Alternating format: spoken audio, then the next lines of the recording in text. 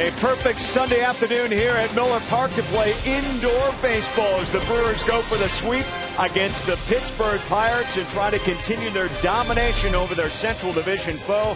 It is Military Appreciation Day today. Young men and women just moments ago taking the oath as they are sworn in to serve our country. A big day as well on the mound for the Brewers. Zach Greinke will try and close the homestand the way he began it on Monday with his first Brewer win, trying for number 2 here this afternoon. Hi, everybody. Welcome back to the broadcast on Fox Sports Wisconsin as the Brewers try to continue their domination of the Pirates. Not only are they going for the sweep today, but trying to add another win to a win column that is progressively building since 2007. In fact, here at Miller Park against the Pirates, this club alone is 32-3. The Brewers 50-17 overall against the Pirates during that stretch and have the highest winning percentage over one division opponent during that time. And the Brewers getting just enough from their pitching and some timely hitting and defense as well. And catching a break or two, that's how you keep the wins going. The Brewers' prize offseason acquisition is poised to make his 3rd start of the year and give the Brewers a shot at sweeping the Pirates.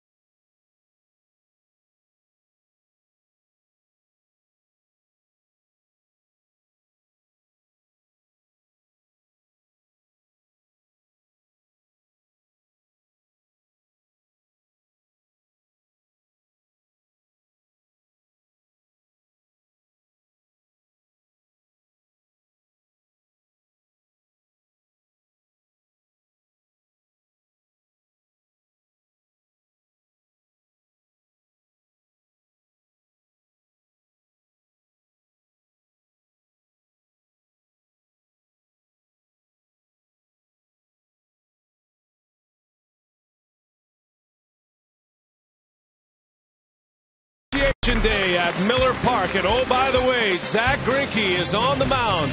It's the final game of the series, and it's coming up next on Fox Sports Wisconsin.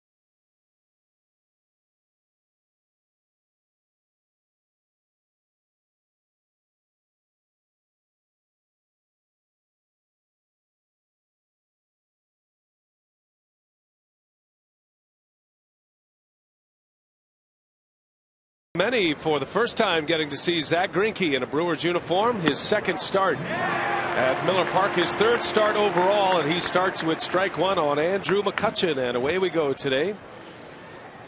Sunday afternoon at Miller Park, the Brewers and the Pirates. Milwaukee going after the clean sweep of Pittsburgh. That one is hit well deep to right, but hard with room, and one out in the first. Let's give you the starting lineup for the Pittsburgh Pirates, managed by Clint Hurdle. Andrew McCutchen, Jose Tabata, Garrett Jones at the top, Neil Walker, Lyle Overbay, and Pedro Alvarez in the middle. And the bottom three, it's Chris Snyder, Ronnie Cedeno, and Kevin Correa. That is the Piggly Wiggly batting order, and that lineup facing Zach Greinke. Well, Zach Greinke is officially out of spring training mode, and this is his third start of the year. Look at the walk to strikeout ratio. Very good for Greinke. He threw well his last time out against San Diego. He picked up a win, gave up only 2 runs in 6 innings. Chris Conroy calling the balls and strikes. He has been in the crosshairs a little bit during this series. Conroy involved in a couple of plays, one at second 2 nights ago on Friday, and then yesterday the play over at first base that really turned the game around. It was a bang play, and the Brewers the benefactor of the call, and they would go on to win yesterday's game 8-2. And now they are in position for a sweep and a 5-1 homestand. Defensively behind Greinke, it's Braun, Gomez, and Hart. The infield is McGee, Betancourt, Weeks, and Fielder. And behind the plate, Jonathan Lucroy, the Blaze Farm and Fleet Brewers defense.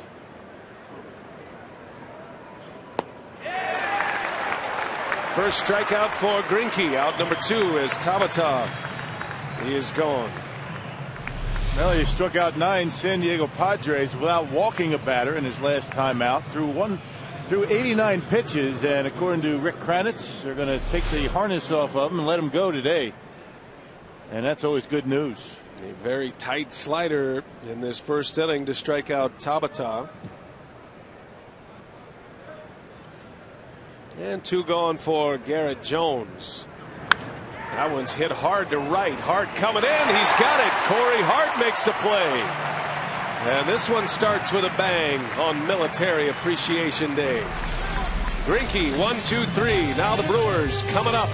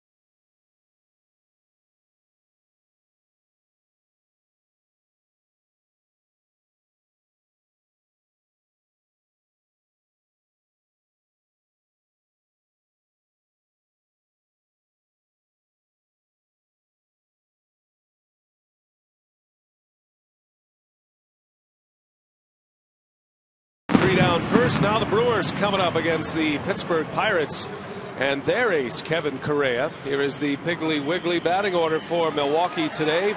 Ricky Weeks, Carlos Gomez, and Ryan Braun at the top. You've got Fielder, McGee, and Hart in the middle, and Betancourt, Lucroy, and Greinke rounding it out.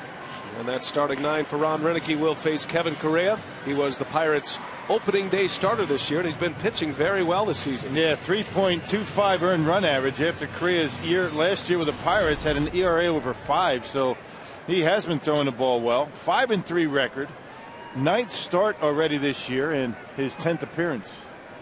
Does have a complete game, and he has pitched to a decision in all of his starts this season.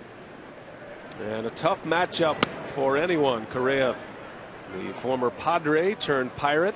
And the Pirates, like the Brewers, wearing the camouflage hats this afternoon. And we appreciate the Pittsburgh Pirates joining in our function today at Military Appreciation Day. There are 15,000 members of the military here as Ricky Weeks rings one into center field, a base hit. Weeks is aboard, and here are the Pirates defensively. Talbot on left, McCutchen in center, Garrett Jones in right. The infield is Alvarez and Cedeno on the left side, Walker and Overbay on the right, and Chris Snyder does the catching. He started Friday night's game, and he gets the call with the Pirates ace on the mound. Yeah, defense has been a problem for the Pirates throughout this series. Not just errors, but plays that should have been made that were not, particularly in yesterday's 7th inning. The Pirates have committed 29 errors. Pittsburgh and Milwaukee sharing the same record starting play today. 18 wins, 21 losses. Pittsburgh has lost 4 in a row, while the Brewers are trying to make it 5 out of 6 on this homestand.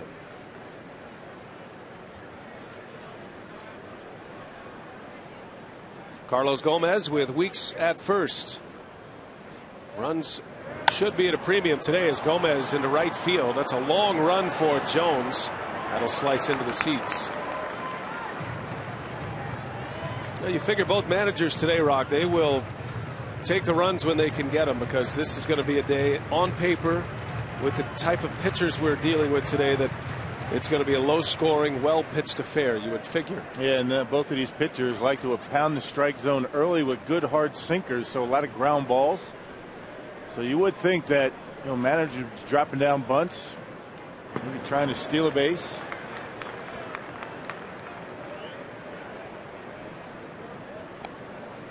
Gomez not in the starting lineup yesterday. Ron Roenicke went with 3 bench players, and they all produced in yesterday's 8-2 win. And those three players are back in their roles this afternoon on the bench. Brandon Boggs, Mark Kotsay, and Craig Counsell. Hey, Brandon Boggs, a big home run yesterday. Got walked intentionally a couple of times. Somewhat surprised that he's not in the starting lineup, particularly when you have a guy like Kevin Correa out there, tough on right-handed batters. And Boggs, a switch hitter. There's Brandon Boggs, hit his second Brewers home run yesterday. And the second run of the game. Counsell had a hit, scored a run, drove in a run. Kotsay had a couple of hits. So it was a good day for the bench yesterday.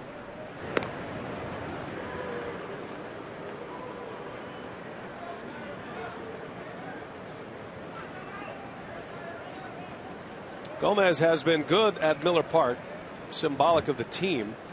A 300 batting average for Gomez here in this ballpark, and the Brewers as a team right around 300 as well. Seems like the offense has come back after a dismal road trip where the Brewers lost 7 straight games and only scored 17 runs combined over a 10-game road trip. But the Brewers have been scoring some runs on this homestand as Gomez pulls one through the hole, a base hit. The Carlos Gomez hitting ways continue at Miller Park, and the Brewers have 2 on with the big boys coming up. Here comes Ryan Braun, and Braun yesterday in his final at bat showed you the kind of power he possesses. An opposite field rocket out of here. Powerball home run number 11, which ties him with Alfonso Soriano, the Cubs, for the National League lead in home runs. On a pitch that was down and in, Braun able to rocket it on out of here. Prince Fielder with one yesterday. So Braun hitting .301 to start play today with the 11 homers. He's driven in 29. That is 5th best in the National League. And he leads the National League in total bases to start play today. And that one is hit well. Way back. Jones looks up. There she goes. A 3-run home run for Ryan Braun. And a quick strike today for Milwaukee. 3-0 Brewers.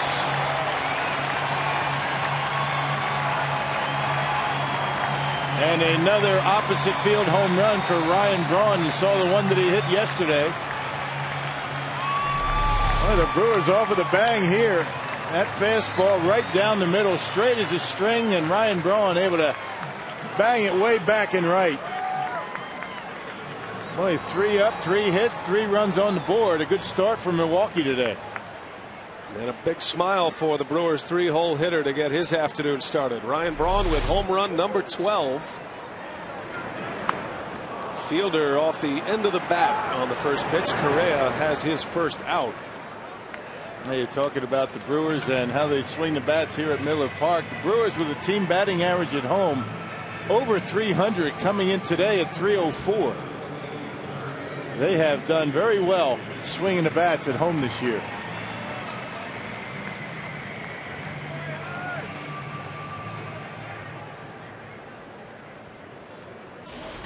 One gone for Casey McGee.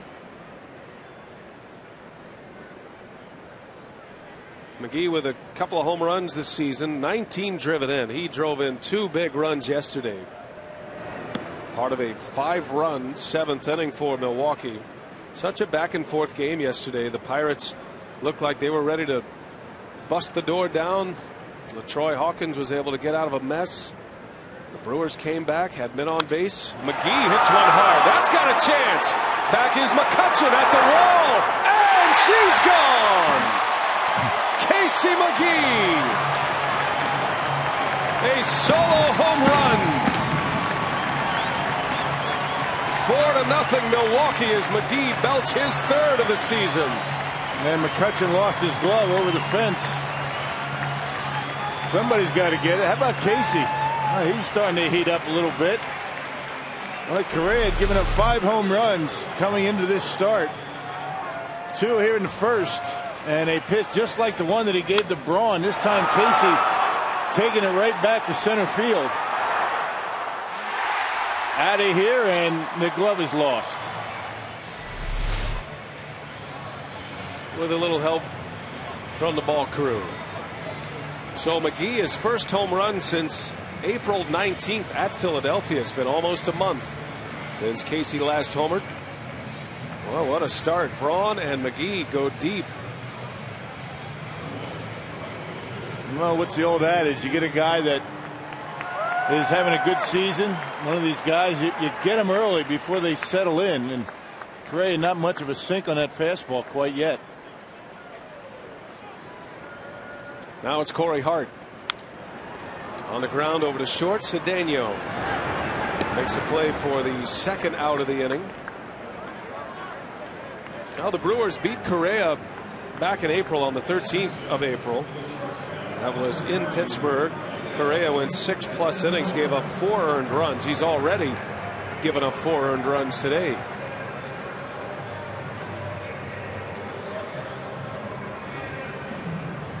It was a 6-0 win for Milwaukee. All 6 of the runs belonging to Correa, 4 of them earned, and he was out of the game despite throwing only 78 pitches through 6+ innings. He was lifted from the game, and the Brewers, one of the 3 losses that Correa has posted this year. Well, again, Correa is an innings eater for this Pirates ball club so far this year.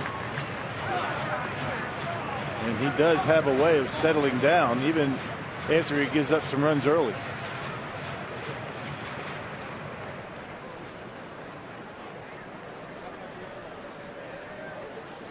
Yuniesky Betancourt back in the starting lineup.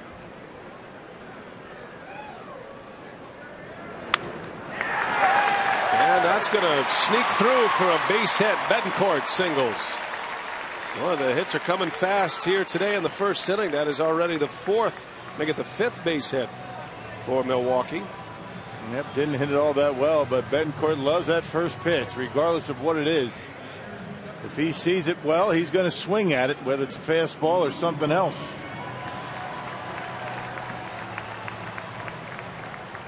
Now coming into play today, the Brewers as a team, Rock mentioned the home batting average over 300, but overall a .258 team batting average. That is 5th in the league, and that's a batting average that is on the rise. The Brewers are 4th in the league in home runs, now with 41 home runs as a team this season, and this is game number 40 of the year.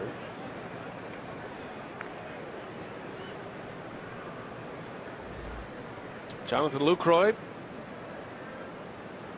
2 outs, and Betancourt at first. Lucroy was able to salvage a day yesterday at the plate with an RBI single in his last at bat. He was up there with a lot of runners on base and was 0 for 3 until a little redemption for Lucroy, part of that 5-run 7th inning.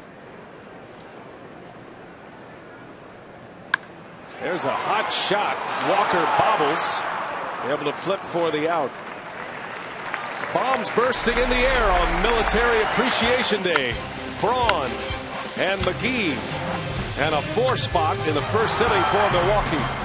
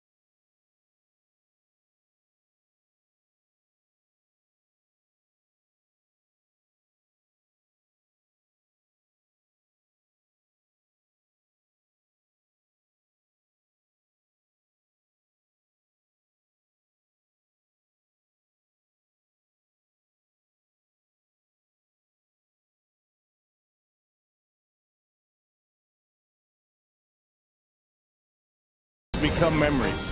And often in baseball, often in sports, the athletes that create them are referred to as heroes. But this afternoon, America's pastime and its passion honor true heroes. The men and women, sons and daughters, the mothers and fathers, and the brothers and sisters who have fought and sacrificed for the freedom to play this wonderful game. Today may be just one game out of 162, but the freedom to play it is why we are thankful this afternoon.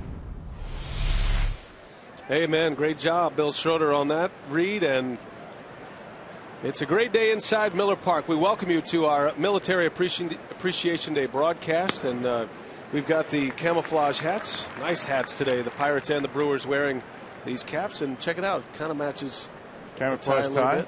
Yeah. Well done. Is that from your son, Billy? No. This is online. Had nothing to do.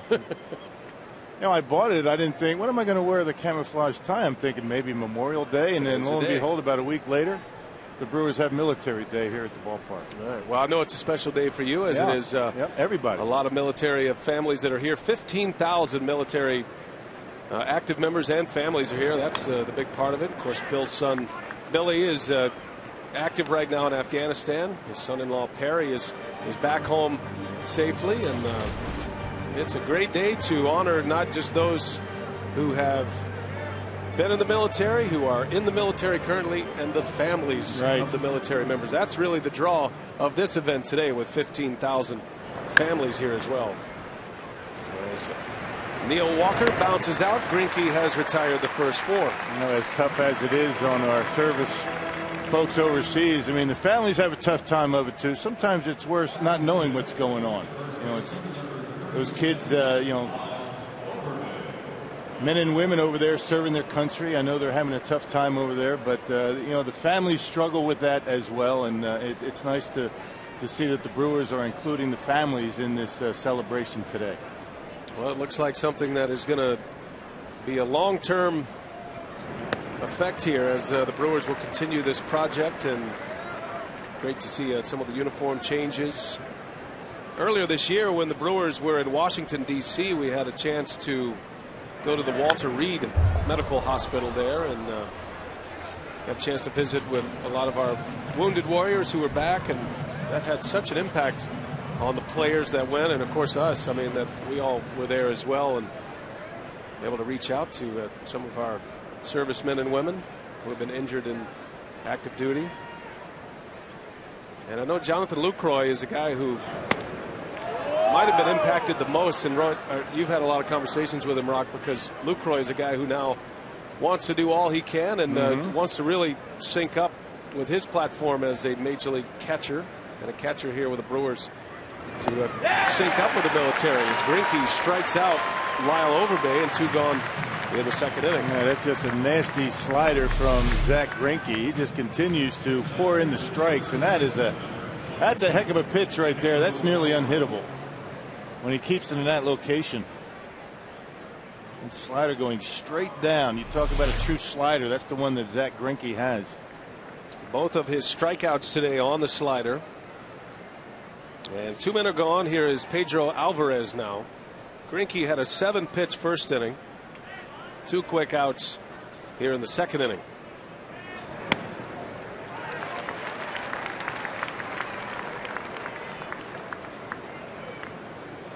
It's kind of the way it's been, the ball strike ratio for Zack Greinke. So in his first 3 starts, he's not afraid to throw strikes. He trusts his stuff. Here it is, hit it. He doesn't mess around too much. And that's something that every pitcher on the Brewers pitching staff can learn from, right? Hey, you watch a guy like that go at it, throwing strikes. He's walked 1 batter and has 17 strikeouts. There's a strike. 1-2 the count. Of course, not everyone has Zack Greinke stuff. Keep that in mind. Greinke picking up his first win in the National League on Monday, and he strikes out Alvarez. Hello, Zack Greinke. What a start. 6 up, 6 down with 3 Ks.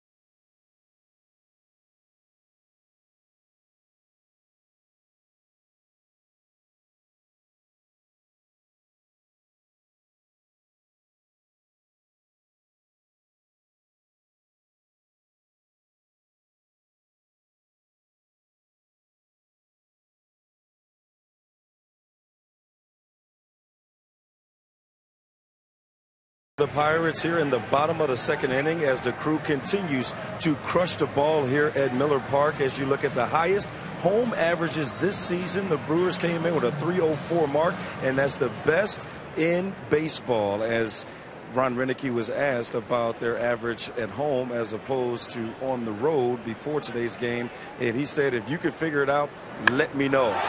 Brian, I'll send it up to you as Zack Greinke just put a charge into this one. Yeah, that is way back, and he is going to run out of room there as McCutchen makes the catch at the wall. We see that every afternoon from Zack Greinke, by the way. He hits bombs in batting practice, so he certainly has the power to ride him out of here. No, he's a good athlete. You can see winding up a little bit. He takes a hack like he means it. He got it down in the trademark just a little bit, enough to keep it in the ballpark. Fields his position well. He runs. And he fields his. He's just a good overall athlete. Thought you made a good point, though, when we hit the air about Zack Greinke and the fact that his spring training is over now. And obviously, Greinke did not have his spring training. He made just 2 starts, and he made those starts with a broken rib.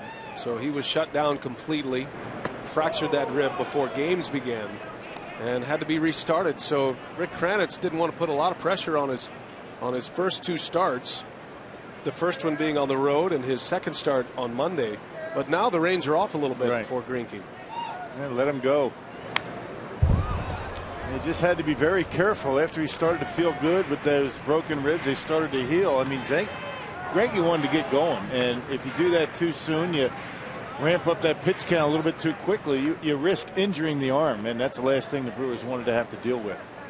Greinke took a loss against Atlanta, threw 86 pitches over 4 innings, and then went 6 innings his last time out, 89 pitches, and he'll be allowed to go well over 100 if he wants to today. He's been stretching it out during batting practice, and I think now for the first time the Brewers have this wheel of a starting rotation that is in place the way Ron Roenicke had envisioned it this offseason.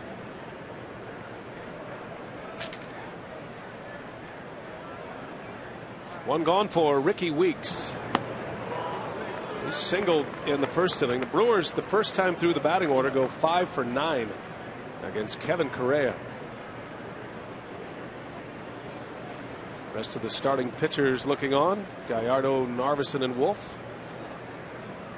Nice chat with Gallardo in between, or in the 3rd inning yesterday. He always got a good sense of humor. You'd never know it looking at him out there on the mound, but fun guy to talk to. He's got the Yo-Hawk working. It's under there. He took his hat off for us yesterday and showed us.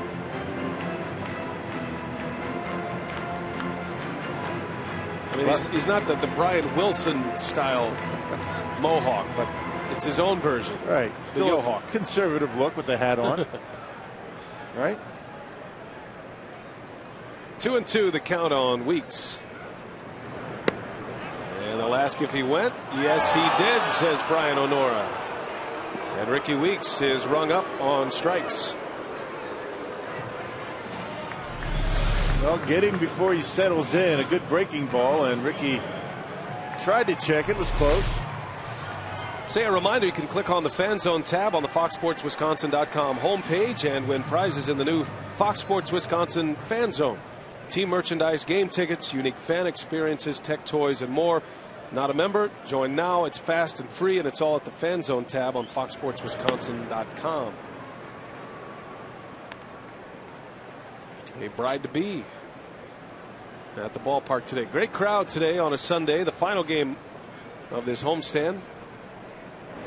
Very cool, windy, occasional rain outside. Perfectly comfortable inside. Great to have the roof and the option to close that roof, or else there would have been a couple of games in jeopardy on this homestand.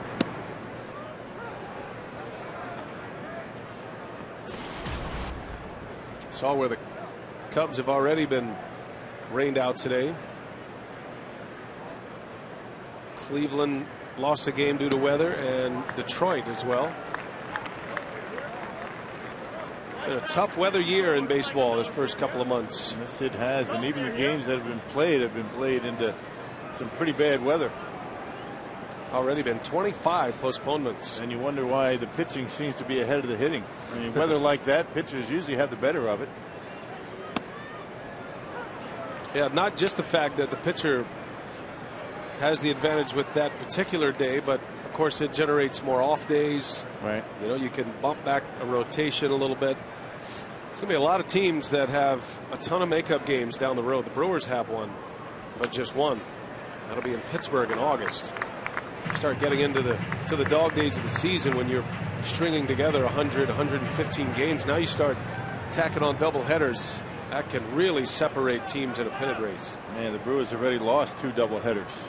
Been swept in the 2 double headers they've played. Carlos Gomez draws the walk, which can be a bit of breaking news in its own. Gomez is aboard for Ryan Braun. He's having a good day today. Gomez with a single and a walk.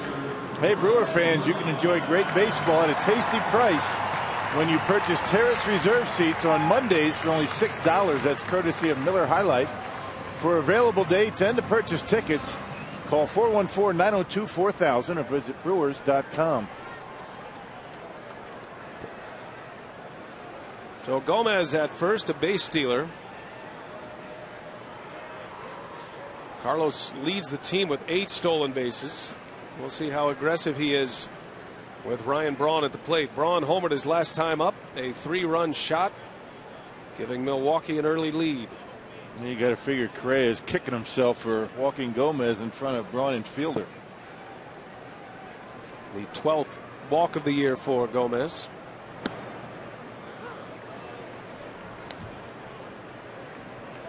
There's a good stat. 27 or younger, the active home run leaders. Boy, where are these guys going to be at the end of their careers if they stay healthy? Hanley Ramirez having a down year this year. Fielder and Braun are not.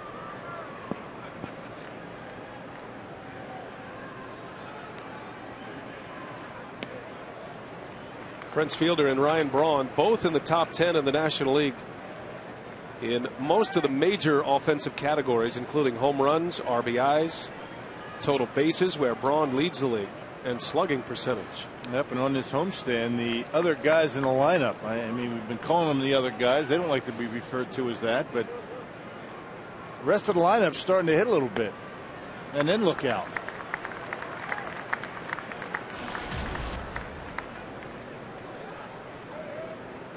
Braun now with 32 runs batted in for the season. He has passed Prince Fielder for the club high in RBIs. Fielder with 31.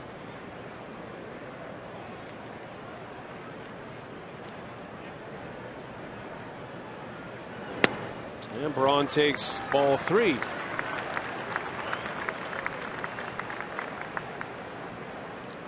So Correa off his game a bit to start, and the Brewers trying to cash in some more. And this is where you might see Gomez try and steal a base on a 3-1 pitch.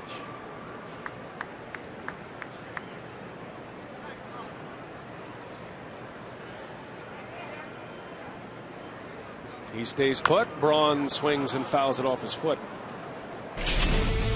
Well, Braun homering in his last 2 at-bats. His final at-bat yesterday. Braun bangs one into right center field for home run number 11. Stretch the Brewers lead, their 8th run of the game. And then in his first at-bat today, Braun back to the opposite field. Number 12 for Braun. Just such good leverage by Ryan Braun. He stands tall, the bat stands high and down and through, and gets that backspin, hits him to right like a left-handed power hitter would. There goes Gomez. Braun into right center field. That's going to get down. McCutchen cannot cut it off, and Gomez will score easily. Braun on his way to third. Here's the throw, and he is safe. Triple and an RBI. 5-0 Milwaukee. Not a bad start for Brawny. Home run triple. Wow. I mean, Gomez running on a 3-2 pitch. Well, Gomez would have scored regardless of whether it was a 3-2 count anyway, but almost identical pitch for his home run, maybe a little bit further down. And once this ball got by McCutchen, you knew Braun was going to try for three. The throw off mark. Gomez scores easily. Second triple for Ryan Braun, has 4 RBIs already. Speaking of total bases, where he leads the league, he is racking them up today. That's 7 total bags already today and 2 at-bats. That Brawny thinking triple as soon as that ball was hit. That's why he's able to make it. Fielder, a bouncing ball. Neil Walker makes the play for the out. The inning is over, but the Ryan Braun show is in full effect today. A homer and a triple for Ribbies.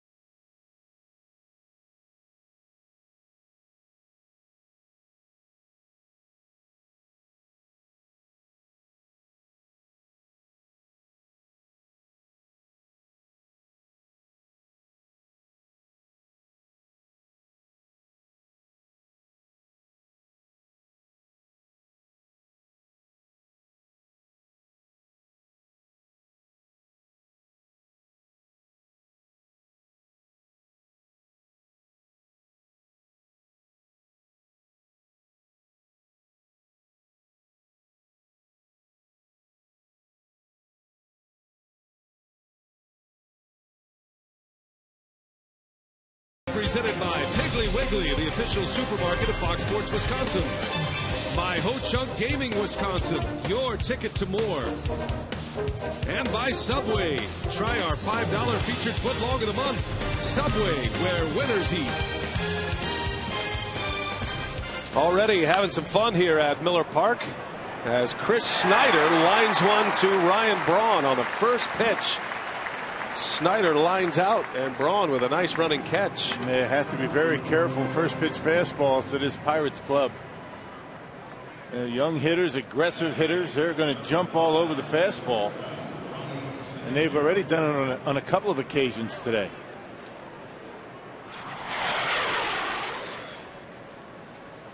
So Greinke, a 7-pitch first inning, just 12 in the second inning. And already one out. The free swinging Cedeno takes a big hack.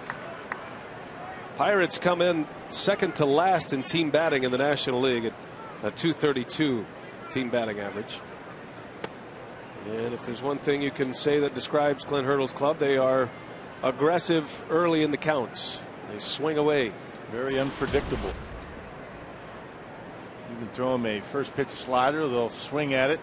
Maybe take a first pitch fastball down the middle.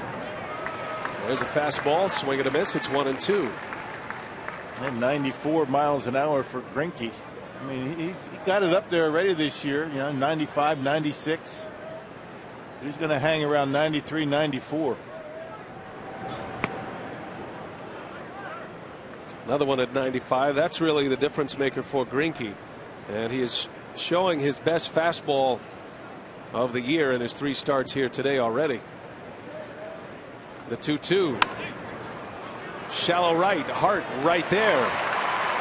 2-men are out. And our Nissan keys today comes from Greinke's catcher, Jonathan Lucroy, about his fastball. Deception and movement, and with the velocity added, with his stuff like his fastball, it's going to move a lot, it's going to sink a lot, his 2-seamer, and then he's going to bring that 4-seamer out and blow it by you because his delivery is so deceptive, and it's just so fast coming in there. It just looks faster than it really is, and it's 95, so it's going to look 98, 99 because it's that's the way his delivery is. So that's what makes his fastball so effective. Yeah, the snap of that wrist when he gets, finally gets rid of that baseball. I mean, that gives it that late life. He's got the good rotation. It jumps into the strike zone. That's what you call late life, and that's how a pitch can be sneaky fast. It's already 94, 95, but it appears, as Lucroy was talking about, to be a lot quicker because it gets on you fast. 2 outs and 0-2 on Correa. Slow roller out to Betancourt. Plenty of time and another 1, 2, 3 inning, 9 in a row for Zach Greinke. We head to the Brewer half of the 3rd inning.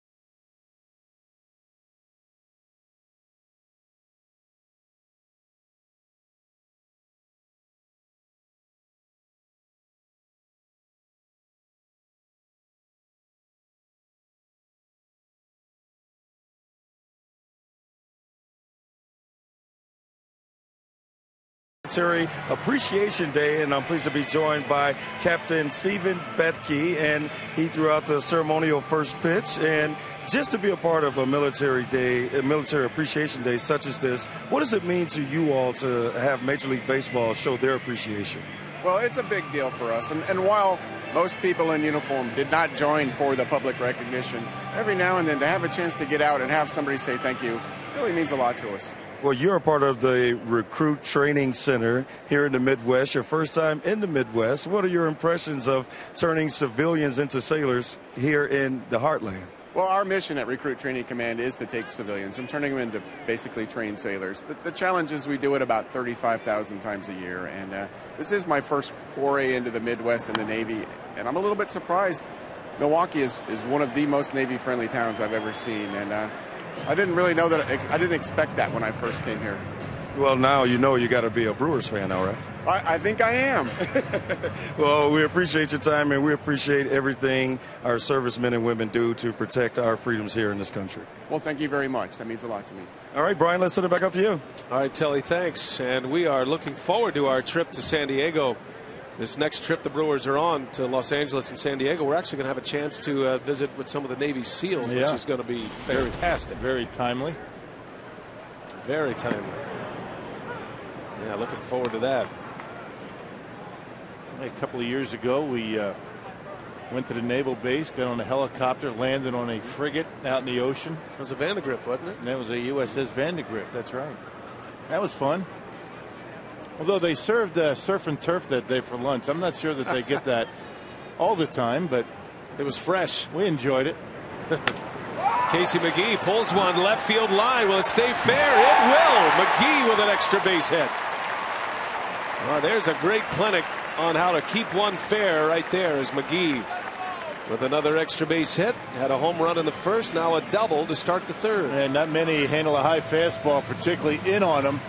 Better than Casey McGee on the Brewers. Check this out. Up and in, not even close to being a strike, but watch him pull the hands in, pops the hips open. That's what allows him to get the barrel of the bat on it. Carlos Gomez not too bad at that either. He did an instructional on that a couple of days ago.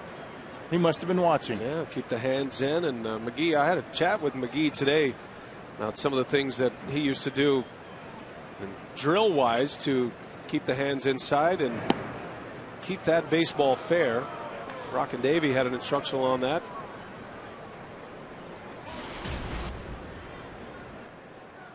You can still see that, by the way, on FoxSportsWisconsin.com. Good training tip. That's so easy to get out ahead of it, Rock, and pull it foul, but you see where McGee's hands are. Yeah, got to make contact out in front. You can see where McGee's hands are. Look at the belt buckle right here, facing the pitcher. It's all about popping those hips. That's what determines, how you're going to swing and when you start your swing. It's all about the hips. Hips, then hands, then barrel the bat. And Casey McGee does it very well. You pop the hips a little bit slower. Take a little bit more time to let the ball get to you on the pitch away. But it's basically the same swing. It's just when you start the swing. That's determined by where the pitch is, in or out. Big cut and a miss from Corey Hart. It sounds easy, doesn't it? Yeah, it sounds easy. It is not. Sounds like another instructional, perhaps.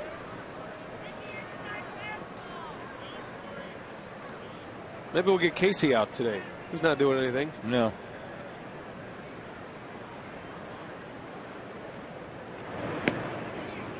Count goes full to Corey Hart. Yeah, toughest thing for hitters to do, especially young hitters, inexperienced hitters, is to wait.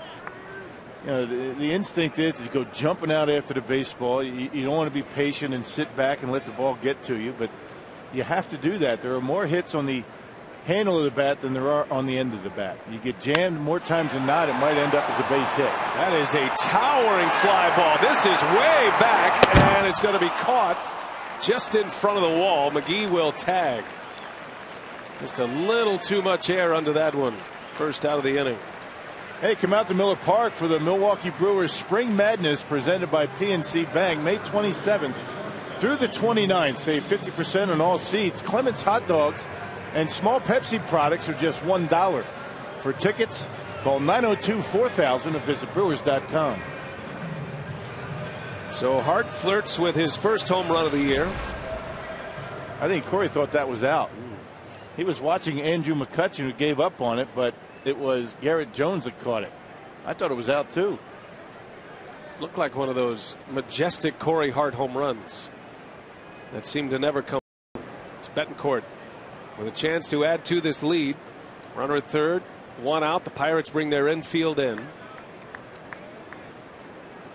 Yeah, with the way Greinke's been throwing the baseball, yeah, it can't be falling behind by much more than 5.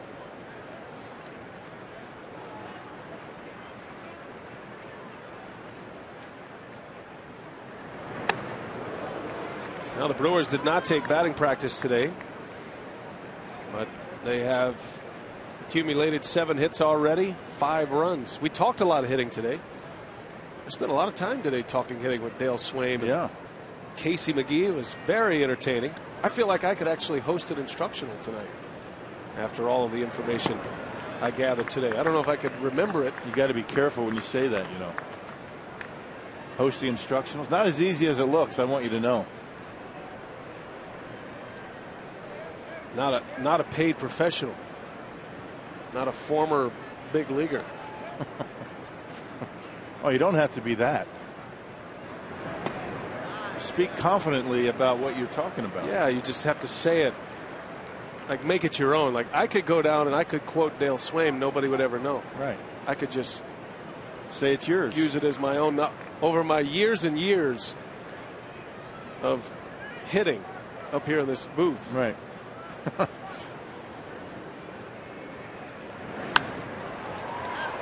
Fly ball center field. This is going to be a close one here. McGee tags and McCutchen drops the ball. Casey stops running. They're going to call it an out. Why didn't he run?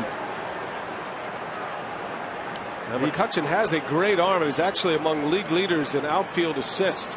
He didn't look good on that one at all. I mean, he went back. He had his momentum going, but when he caught the baseball, he had stopped. He wasn't moving. And I have no idea why Casey McGee stopped running. A head scratcher indeed. Well, there it is. You see, he really doesn't have much momentum going toward home plate. He drops the ball when he's taking it out to make the throw. It's still an out, but I have no idea why Casey stopped and went back to third base.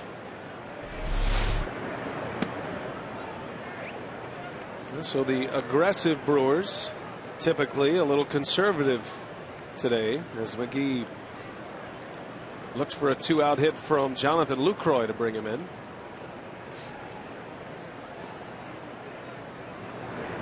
I think what happened there, I think maybe Ed Cedar was saying, you know, we're not going to go on that fly ball. I'm not sure. I'm just guessing here. And in case he was faking, you know, charging to home plate, maybe to get a throw, maybe to throw one away. But once he dropped the baseball, Casey, if he was aware of what was going on out there, could have walked home. Tag up and draw a throw, but he tagged up, just stayed. Well, Lucroy sends one left center. McCutchen on the run. He'll watch this one bounce off the wall. Jonathan Lucroy into second base with a double. 6-0 Milwaukee, and the extra base hits keep coming for the Brew Crew. Right, the kid's swinging it well, isn't he? Well, he got on top of a high fastball. Jonathan, more known as a low ball hitter, particularly the fastball. This pitch up in the zone above the belt, and look at the way he tomahawks it. All top hand on that high fastball and drives it off the wall. As deep as McCutchen plays out there in center field, he really didn't come close. I don't think there's a center fielder in baseball that plays deeper than McCutchen. Now McGee scores easily. 5 of the 8 Brewers hits have gone for extra bases. Quick trip to the mound. Pirates pitching coach Ray Searage trying to settle down his opening day starter Kevin Correa, which is going to be the worst start of his season regardless of what happens the rest of the way. Lucroy now with 13 runs batted in. 6-0 Milwaukee. What a start today. Here's Greinke now. He almost hit one out in the second inning.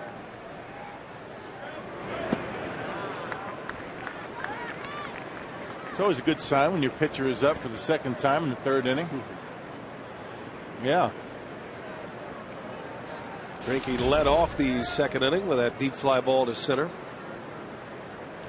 McCutchen caught it just in front of the wall in deep left center field. On the ground to third, Alvarez makes a play. The inning is over, but the Brewers add to it. Jonathan Lucroy with an RBI double, and it's 6-0 Crew.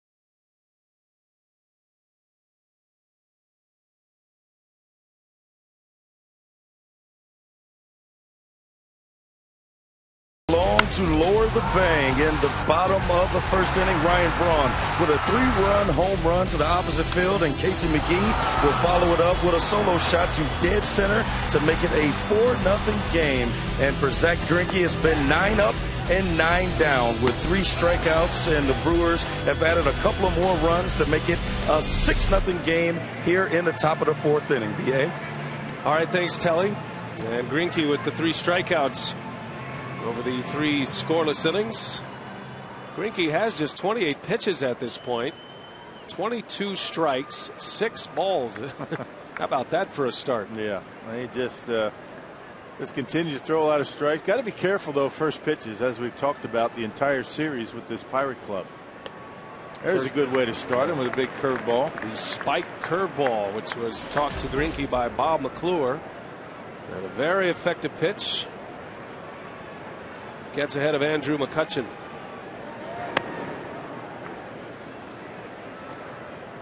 Greinke's next start will be right back here at Miller Park on Friday. And the plan right now, according to Brewers manager Ron Roenicke, is to send Greinke home early.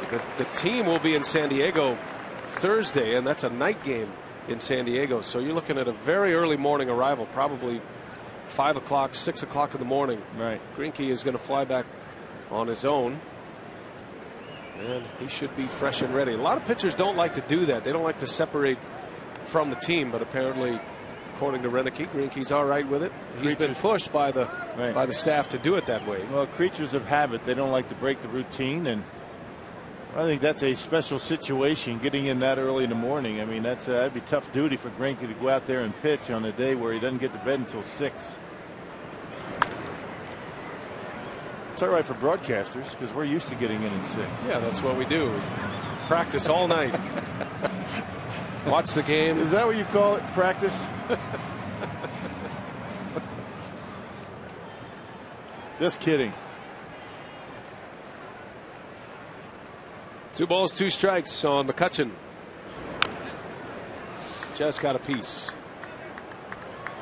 Greinke continues to pound the strike zone.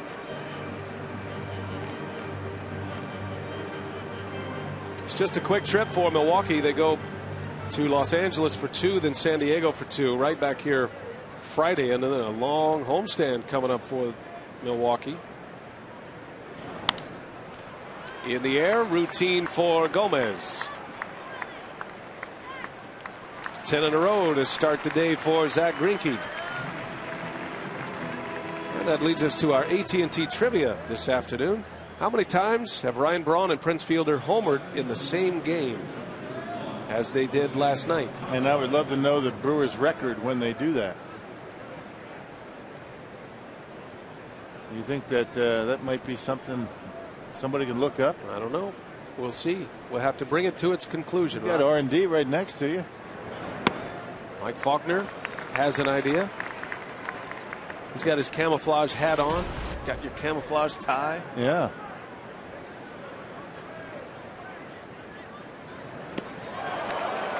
Big swing and a miss. 66 miles an hour on the curveball.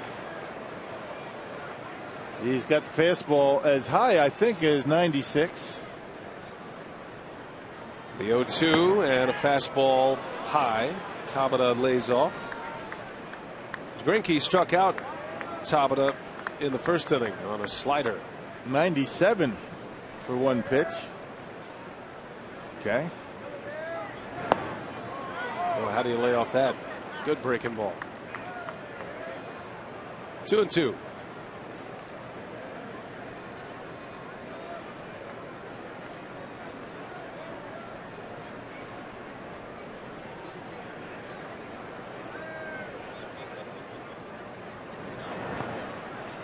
Well, Tabata's laid off some tough breaking balls. And he's worked the count into a full count.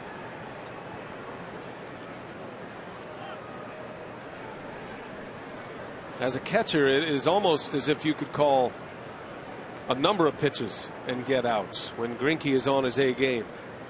See what he has in mind here. Back to the fastball. It's still at 3-2. And that makes it very fun for a catcher to be able to call a number of different pitches in certain situations. And what makes it tough on a catcher is when you're just hunting for any kind of a strike with something. When the pitcher doesn't have anything that he can really go to. But with Greinke out there, Sean Markham's another guy. Yavani when he's right.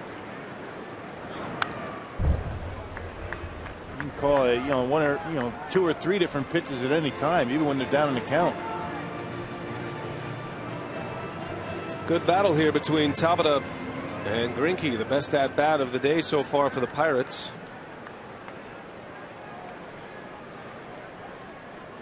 Another full count pitch. And he walked him. So the first base runner for Pittsburgh comes with 1 out in the 4th inning. Join the Brewers in Red Prairie in supporting the Miracle League of Milwaukee by purchasing a package that includes a Gale Club ticket for Friday, July 8th, and a signed batting practice jersey. Call 414-902-GAME or visit brewers.com/giveback. Greinke from the stretch for the first time, facing Garrett Jones. Shift is on for the big slugger Jones. He's hit 6 homers this year, 13 driven in a platoon right now with Matt Diaz. Jones gets most of the starts against right-handed pitching.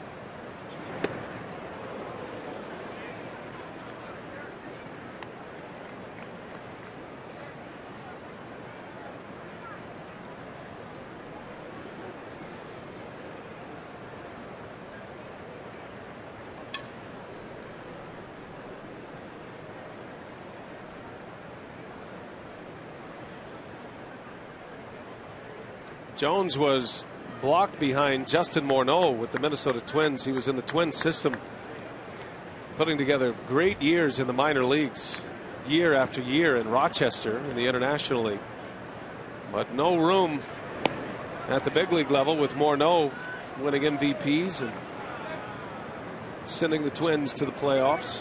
Jones finally got a break. He was sent to the Pirates, acquired by the Pirates, and burst onto the scene with Pittsburgh during the 09 season. And he's got some big time power. When he gets into a groove, he can hit some home runs. The Brewers have seen it. Second on the club right now in home runs behind Andrew McCutchen. Jones hit 21 home runs in just 82 games in his first year with the Pirates. That was 09. Had 21 last year.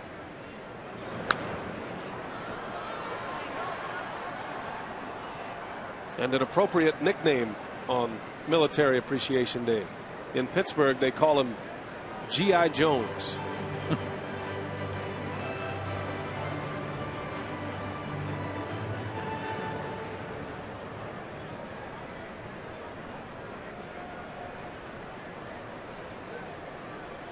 Brewers looking for a ground ball to turn 2 as Greinke checks on Tabata.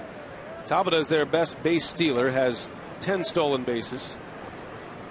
Inside the top 10 in the National League in that category.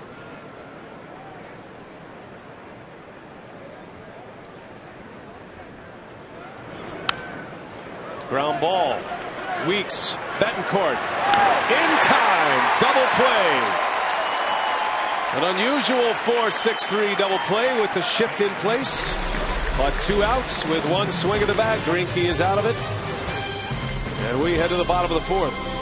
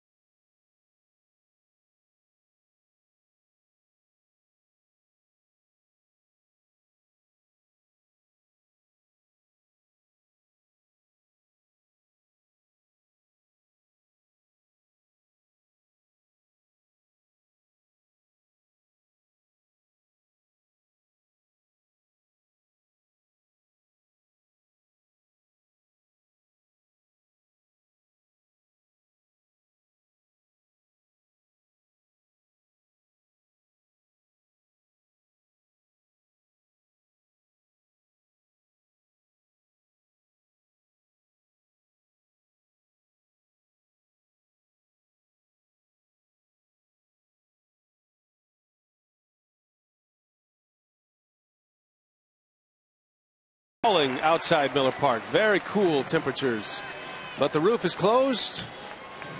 Comfortable inside Miller Park. Our Carsouv.com email the booth question. Lindsay in Milwaukee. Where did the term can of corn come from for a lazy fly ball? And the answer is that a can of corn, in the old days of the grocery stores, they used to put the most non-perishable of the non-perishable up top, and you would pluck off the can of corn from the top with a stick, and then you'd catch the actual can of corn, and that's easy to catch, coming right down. Right. So you plop it off, can of corn, and that phrase was translated into baseball, I believe, by newspaper reporters, but made famous on the broadcasting side by Red Baba of the Brooklyn Dodgers. I think we used that term recently in a game. Can of corn? Can of corn.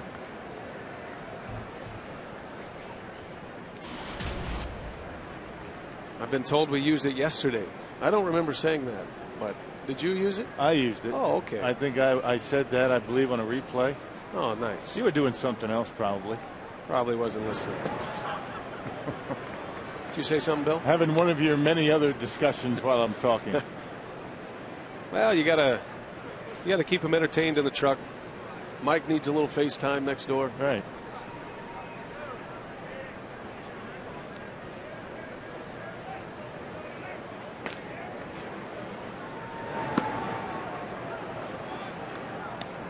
Some of the phrases as a play-by-play announcer, try to avoid some of those cliches, the long ones, like through the wickets, can of corn. I don't know. They have to live. You got to keep them alive. alive. They do. Absolutely. Once in a while, you don't want to overuse them. Anybody over 50 could bring that in. So you're well within your rights. Hot ground ball. Nice play by Alvarez. And he gets the Speedy Weeks. How about the hot corner? Is that qualified? Hot corner, yes, absolutely. Hot corner. A nice play by Alvarez. That ball was hit very hard by Ricky Weeks. He backed up just enough to be able to get the big hop and able to make the play. That ball picks up speed on that second bounce and almost ate him up, but able to make the play. Good play by Alvarez.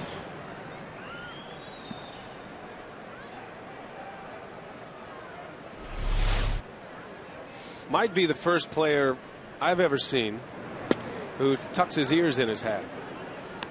Pedro Alvarez. He might be a trendsetter in that regard. I've seen it in the entertainment industry, but never actually on the baseball field. Right. And you wonder why he does it. Maybe to keep the sun off his ears. You could see how that could apply on a bright sunny day. Maybe the hat's too big. Maybe the hat's too big on purpose, so his ears can squeeze in there. Gomez in the right, and Jones right there for it. Out number 2. Now 2 gone, and here comes Ryan Braun. What a day he's having already. A home run, a 3-run homer, and a triple and an RBI. And how many times have Braun and Fielder homered in the same game? The answer is 30 since 07, which was Braun's rookie year. 30 times. And Rock, you were asking about the record. The Brewers are 21-9 when Braun and Fielder homer in the same game. Yeah, you would think, right? It had to be a pretty good winning percentage.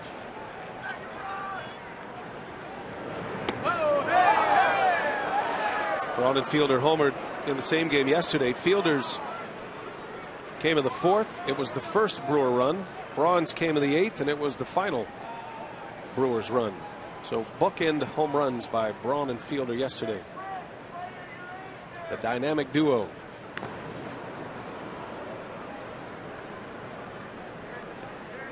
Ryan with 7 total bases already. A 3-run homer in the first inning. Jump starting the Brewers today. RBI triple in the second.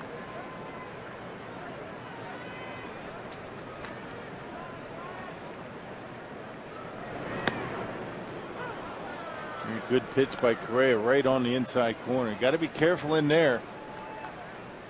He threw a 2-seamer that just caught the inside corner. Had Bronny looking away.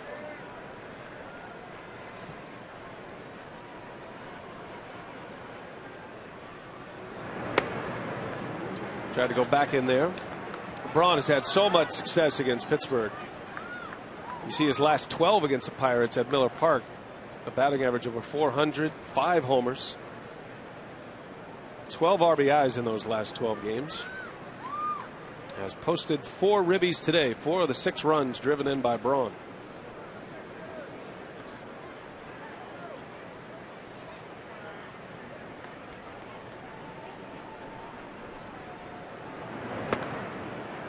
Breaking ball missed. Correa tried to spin a slider in there to get Braun. Tried the front door one. That's a tough pitch to try and command like that. Remember, the slider goes away from a right-handed hitter. Full count, 2 outs in the inning, and another one that missed. And Ryan Braun draws the walk, keeps his perfect afternoon alive, and it'll get Fielder a swing at Correa in the 4th.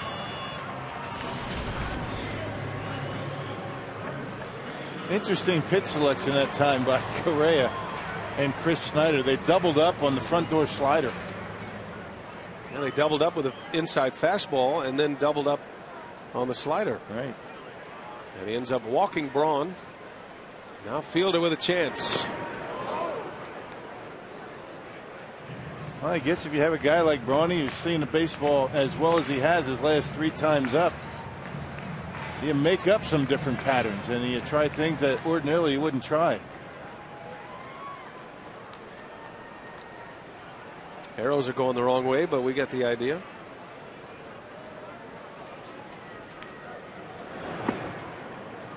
I've seen a lot of the front door breaking ball, as you call it, this year. Seems like the new in vogue pitch. They used to call that a hanging breaking ball. Yeah, but it's a pitch that has proven to be successful with a lot of pitchers. As Fielder slices one to the opposite field, and a catch is made by Tabata, inning over. To the 5th we go. Greinke back on the mound. 6-0 Milwaukee.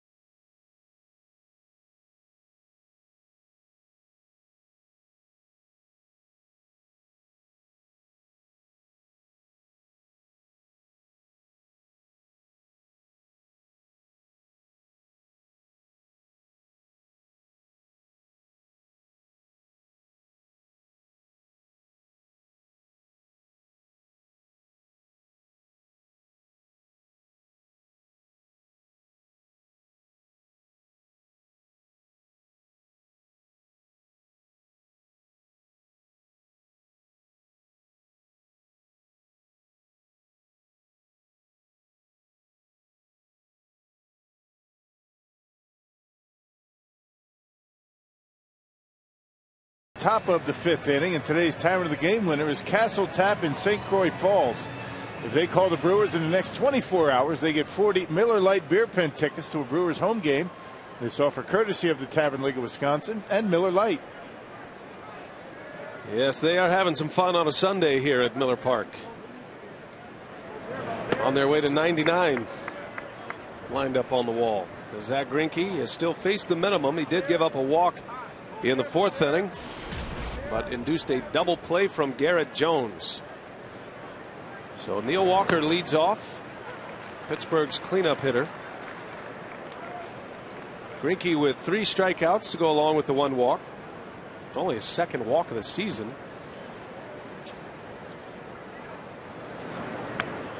Swing and a miss. That slow curveball. 66 miles per hour. A Bugs Bunny curveball. We've talked about the Bugs Bunny changeup, where a guy can swing at it twice before it gets there. 66 miles an hour. Walker fouls away the slider.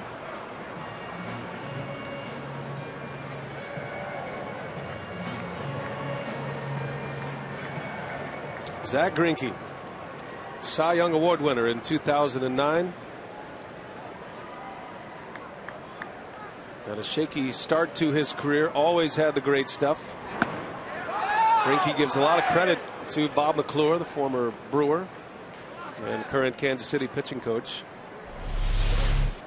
They tried to front door the sinking fastball, the two-seamer, and just missed. And the 2-2, and Walker fouls it away.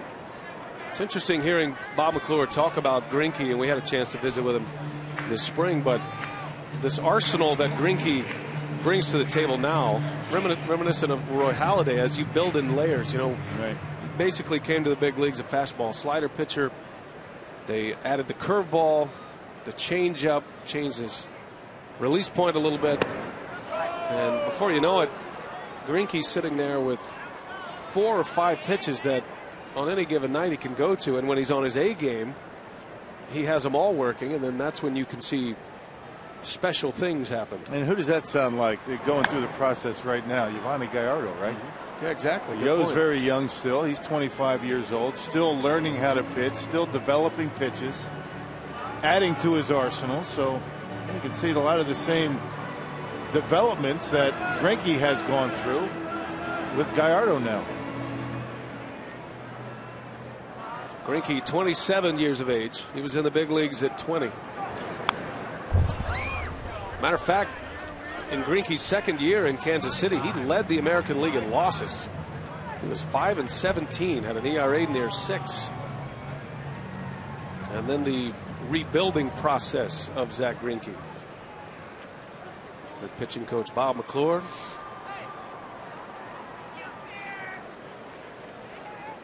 Three-two pitch.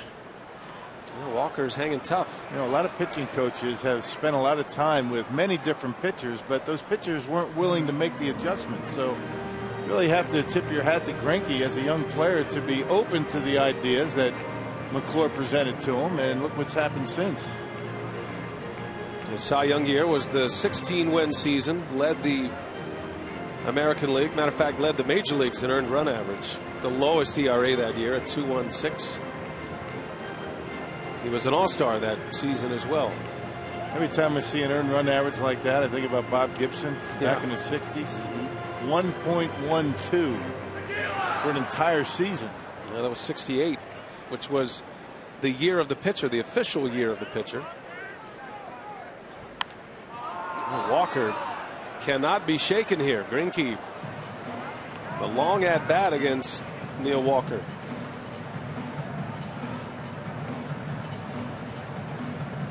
"11 pitches." Remember, Greinke, it took him only 7 to get through the first inning. Had a 9-pitch inning in the third. Pitch number 12 to Walker. That one is hit well right center. Long run for Gomez. This is over his head, and that one is up and out of here. So after a long battle, Neil Walker finally wins a home run to start the 5th inning. Yeah, 2 of the last 3 hitters have made Greinke work quite a bit. Remember Tabeda's at bat. He drew a walk. Finally, on pitch number 12, a slider. And look at Walker go down and get it. I mean, a slider on a 3-2 count. Drops the head of the bat on it and rides it out of here. So the Pirates on the board. That's a good at bat. That's one of those at bats they'll put on a DVD or a clip for Neil Walker, and when he's going bad, when he's in a slump, he'll be able to pull up that at bat against Zach Greinke. That was something special there. 12 pitches. It ends up as a home run, his 5th homer of the year. And the first run for the Pirates. And now we'll see how Greinke goes along through the rest of this 5th inning.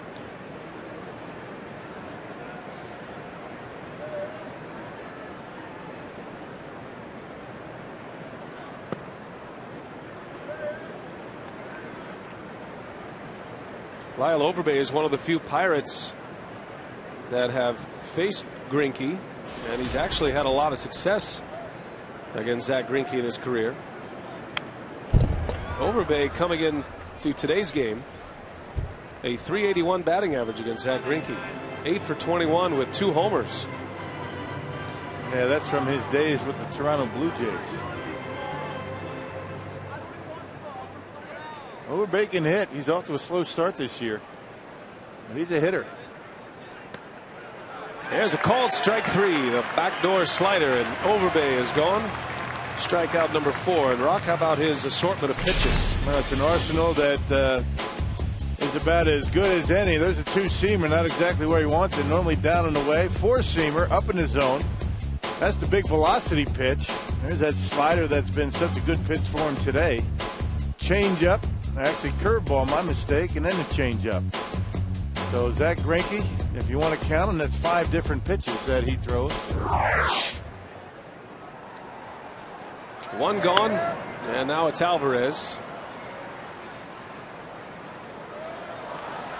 As a catcher, does it take more work trying to prepare for a Greinke start because of all of the pitches? No, it really doesn't. I mean, you pitch Greinke's game, it doesn't really matter. You don't really take much into consideration as to what a hitter does, what he likes, what he doesn't like, because when Greinke's stuff is on, it doesn't matter what you throw. Guys aren't going to hit it. You know, it's the guys that don't have a lot. You know, they don't have the nasty break on their pitches. Those are the games that are tough to call. Greinke said after his last start on Monday, he said later in the game he tried to get a little too cute. He tried to throw too many pitches. He was getting a lot of early outs against San Diego. Well, he rode that one up the ladder. A big swing and a miss from Alvarez. It's 1-2.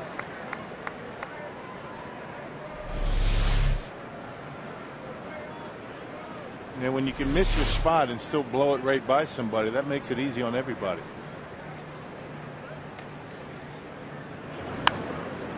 Tried to go back up there. Alvarez fouls it away.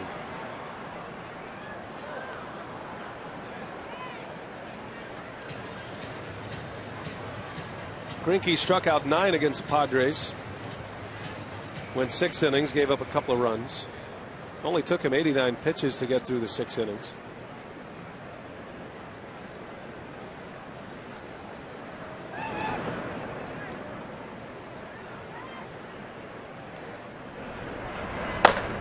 Chris Rhysop loosening for Pittsburgh.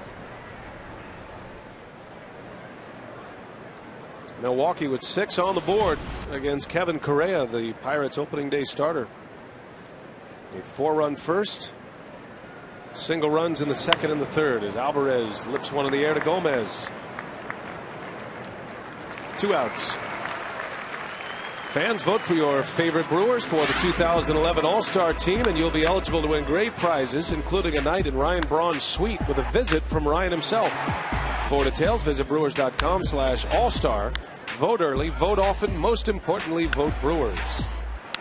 And you figure Braun is on his way to the All-Star team, but don't take it for granted. Get out there and vote. Braun's been the starter his last 2 seasons.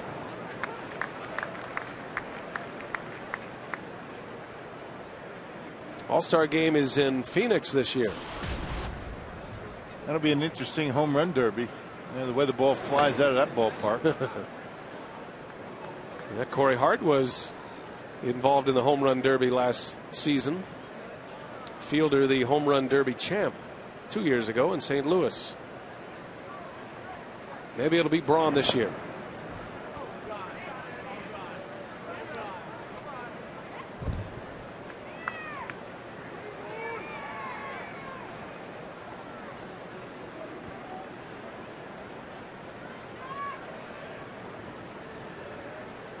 Snyder lined out his last time up. Good running catch by Ryan Braun. That started the 3rd inning. Yeah, another first pitch fastball that the Pirates jumped on first time through. Hasn't been the same second time through. Greinke mixing it up early in the count.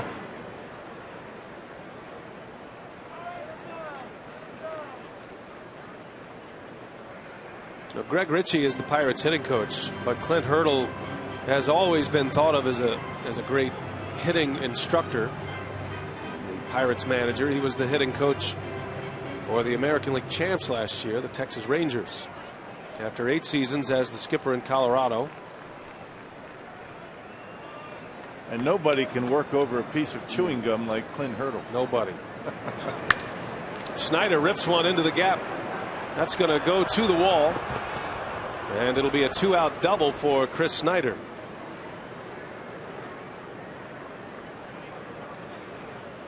So 2 hits here in the 5th. A home run by Walker, a double from Snyder.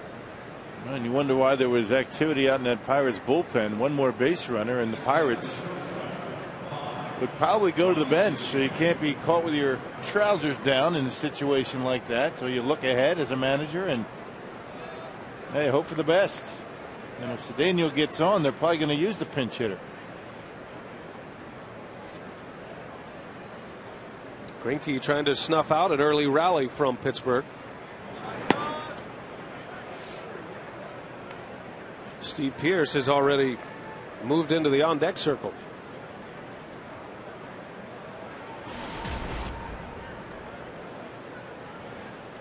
Cedeno hit one sharply to Hart his last time up. Normally a dead pull hitter, but in his last at bat he lined out to right. And a guy that's always been pretty good with runners in scoring position because he makes pretty good contact, and you leave one up in his zone, he will find a hole out there. Those contact hitters are tough in these situations.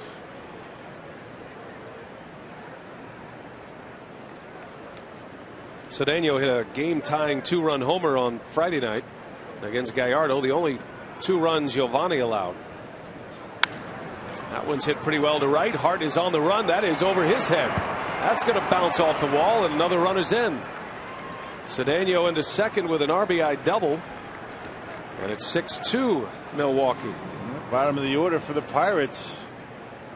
Flexing their muscles. Back-to-back doubles by Snyder, Cedeno. Now the Pirates are going to go to the bench.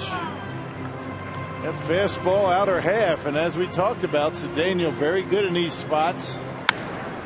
It goes right with it. He put a charge into that one over the head of Corey Hart. One hops the wall. So showing pretty good power in the number 8 spot in the batting order.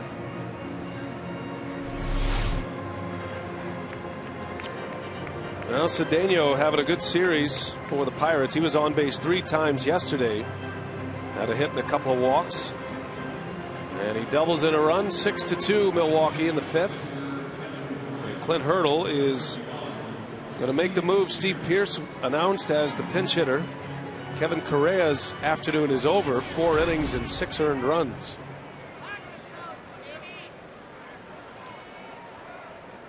Two runs in, 2 outs. Cedeno at second, and the pinch hitter Steve Pearce.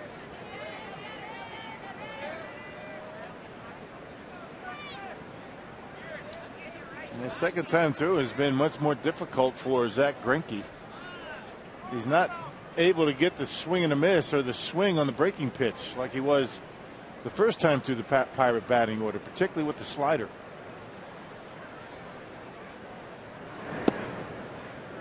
Curveball missed. Pearce, as a pinch hitter this year, has 3 hits. He's 3 for 12.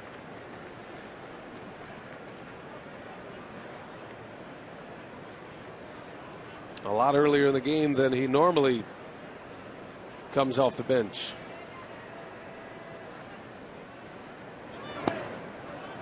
And it's 2-0. Our text question today, courtesy of Ho Chunk Gaming, Wisconsin. Matt in Mequon, when a pinch hitter bats twice in the same inning, are both at bats considered pinch hits? That's a good question. That happened yesterday. Yeah, Corey Hart. I think they are. I don't have the answer for that, but I could be wrong. There's a shot. That's a base hit. That's going to end up in the corner. Another run is in. So Steve Pearce with a double and an RBI. 3 consecutive doubles by the Pirates. And suddenly it is a game again. 6-3 is the score. And more importantly, whether it's a pinch hit or not, both of them. The Pirates are putting together some pretty good at bats. 3 doubles in a row. There's that sinking fastball that stayed up in the zone, and Steve Pearce able to pull the hands in, a la Casey McGee, and rip it down the line. And Ronnie Cedeno comes around to score. Getting a little bit hairy out here at the ballpark. Now it's 6-3. Now McCutchen, another runner at second. There's a strike. Upon further review, I think that that was not counted as a pinch hit his second time. Just the first time. The first time.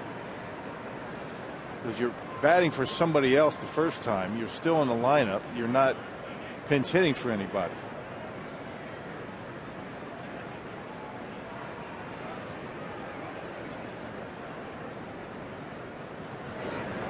McCutchen is swinging a miss. Good curveball from Greinke, a slow one. 0-2 is the count. On the stat sheet, Corey Hart 2 pinch hit at bats prior to yesterday. Today he has 4 pinch hit at bats. Well, I guess then they are both pinch hits. I'm glad we cleared that up. Good question today. A text question from Mequon.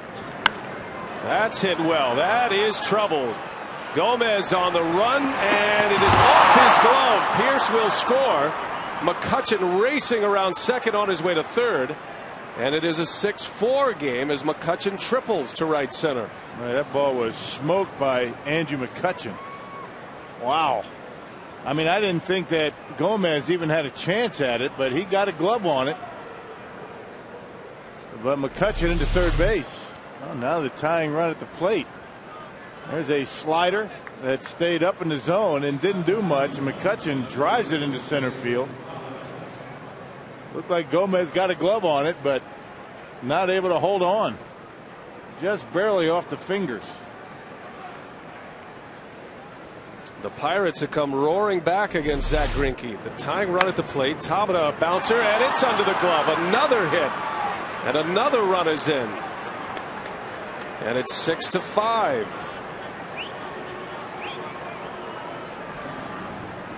Five consecutive hits for Pittsburgh. Right, Zach Greinke went through the Pirates through 4 innings, faced the minimum, and is having an awfully difficult time. He gave up a home run, then back-to-back outs, and 5 consecutive hits. Wow. 6 hits in the inning. And 5 of the 6 extra base hits. Now it's Garrett Jones. Well, Greinke somehow has to get out of this inning. Marco Estrada in the bullpen. Remember, this inning started with a 12-pitch at bat on Neil Walker. Walker homered.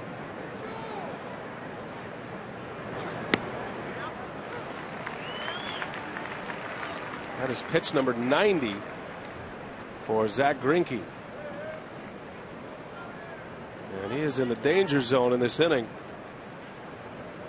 41 pitches in this inning.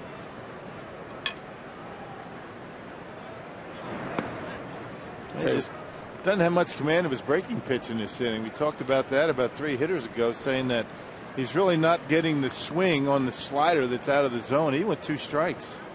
It looks as though the Pirates are seeing the baseball pretty well.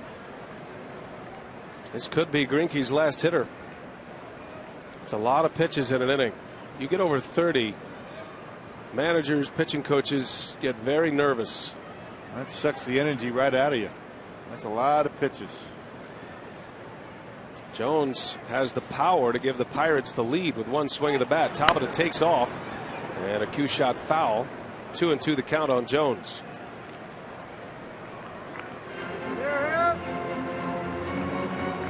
Brewers enjoyed a 6-0 lead. Pirates have come back. 5 on the board, and the inning is still alive.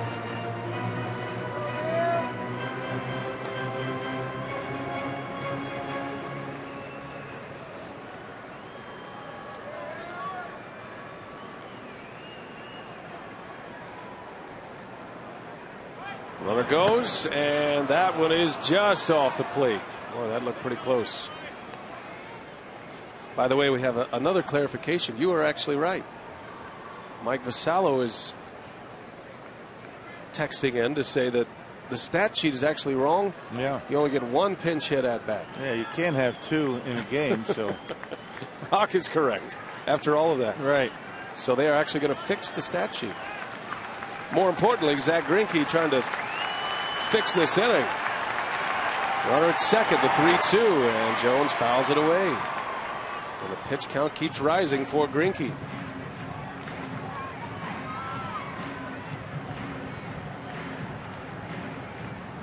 Sweet redemption, Rock.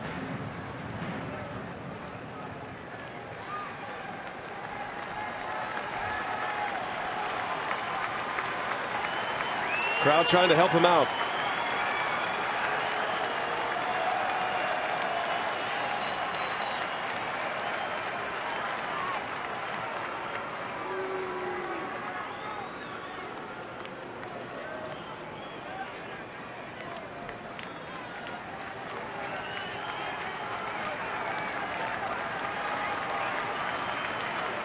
Another 3-2 from Greinke. Another foul ball. Wow. This is a hitting clinic by the Pirates here in the 5th inning. Yep.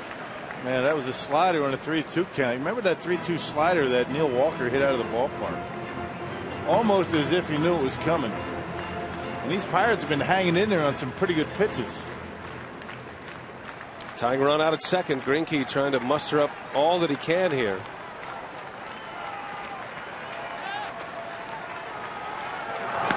And a swing and a miss. The inning is finally over, but Greinke has a lot taken out of him right there. Nearly 50 pitches in the inning. 6-5 Brewers.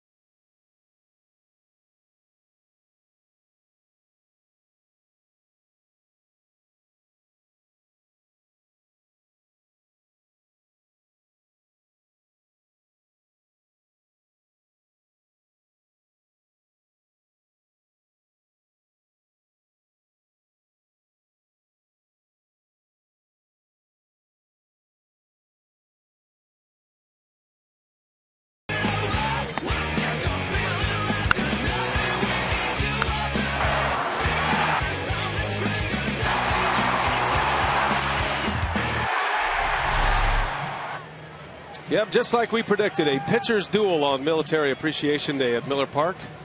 Good call, Rock. Hey, you never know, do you? 6-5. Who would have thought? A lot of offense. Greinke just mows through the Pirates the first 4 innings. Faced the minimum through the first 4. Gave up just 1 walk.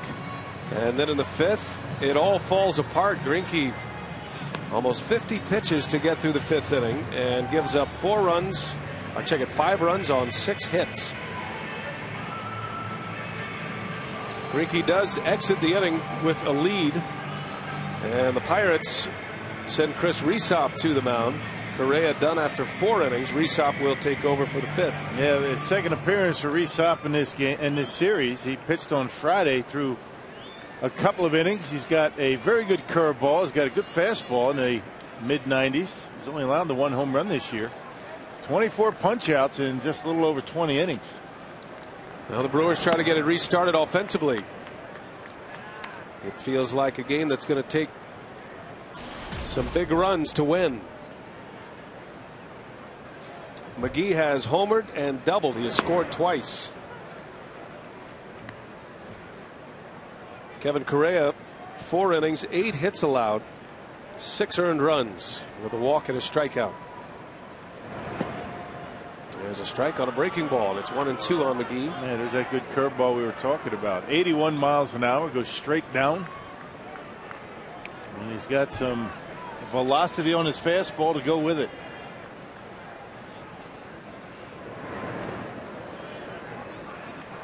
Just taking a peek down at the Brewers bullpen, wondering if Zach Greinke is done for the day, and after an inning like that you would figure he is, as Marco Estrada continues to loosen.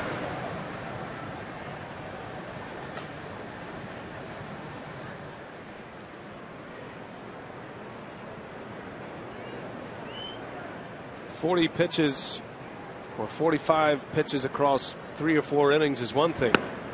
To do it in 1 inning is a lot of stress on the arm, as McGee is down on strikes. The first out for Risa. Yep, and on Sunday, May 22nd against the Rockies, all fans in attendance will get a Casey McGee bobblehead courtesy of the Wisconsin Milk Marketing Board. Call 414-902-4000 or visit Brewers.com. So 1 out for Corey Hart. 0 for 2 in this game. He narrowly missed a home run back in the 3rd. It was caught at the wall by Garrett Jones.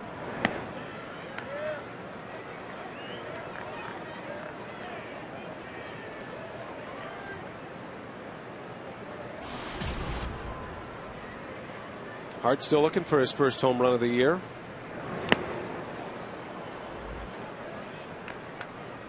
For now has found a home in the 6th spot in the batting order behind McGee. Flourished last year as a 2-hitter. Had 86 games, batting 2nd last year for Milwaukee. And that's where he did most of his damage. Well, until he starts really swinging the bat and feeling comfortable, you're probably going to see Corey down in the lineup just a little bit, taking the pressure off of him. One thing's for sure, if you're in front of Ryan Braun in that lineup, you're going to get a lot of fastballs. So you figure, if you got a guy struggling with the breaking stuff, put him in front of Braun, get some fastballs. But when Corey's hot and he's laying off that slider, it doesn't matter where he's hitting. Yeah, it's not that he changes his approach at all, batting 2nd or 6th. It's just the kinds of pitches he gets. Hart had hit 7th briefly, kind of the last line of power in this batting order. That is a work in progress, putting the batting order together, as it is with most clubs. Hart rips one into left field. There you go. A base hit. Corey's really swung the bat well on this homestand. His timing's coming back. That's his first hit today, a clean single to left. Yep, you lay off the breaking pitch out of the strike zone, you wait for the fastball and don't miss it when you get it, and hits it hard into left. Hart doubled on Friday night, and of course in there as a pinch hitter last night. Doubled in a pinch hit role. Hart now 7 for 20 on the homestand. 7 hits, 20 at bats. And a base runner for Betancourt.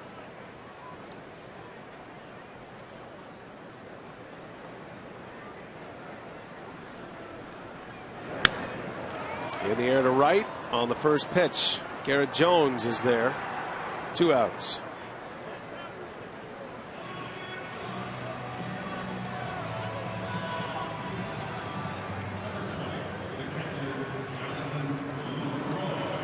So Rysop with 2 gone and a man on.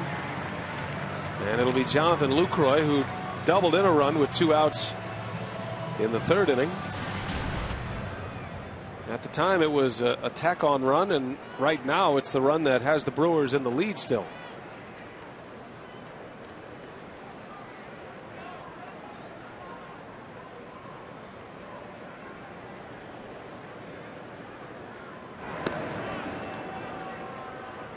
A lot of games underway today. The Reds are back at it with the Cardinals.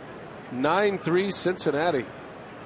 Cincinnati going for the sweep of St. Louis. The Reds are in first place in the Central Division to start the day. A half-game lead on the Cardinals. The Brewers and the Pirates tied for third, 4 back of Cincinnati. Berkman is homered again, his 11th. What a year he's having for the Cardinals. Man, that's a good lineup. I mean, 3, 4, and 5 in that lineup is good as any. And Albert really hasn't gotten going yet. The Cardinals have home runs from Yadier Molina and Lance Berkman. Heisey and Ramon Hernandez with home runs for the Reds. That's in the 9th inning. Cardinals trying to come back. It's 9-5 Cincinnati.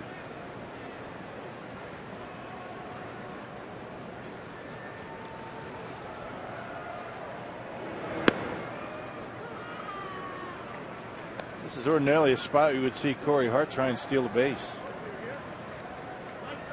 Snyder pretty good throwing out base runners. Got a good arm, decent release. See how quickly Rysop can get the ball to home plate. Hart has only attempted 1 steal. He was caught. Not much of a lead over there. He's still getting his sea legs over there. And he missed all of spring training and I guess still trying to feel his way on the bases. Made some pretty aggressive decisions on the bases yesterday. Got away with both of them. Going to third and then to home. Yeah, when it works out, you can say aggressive.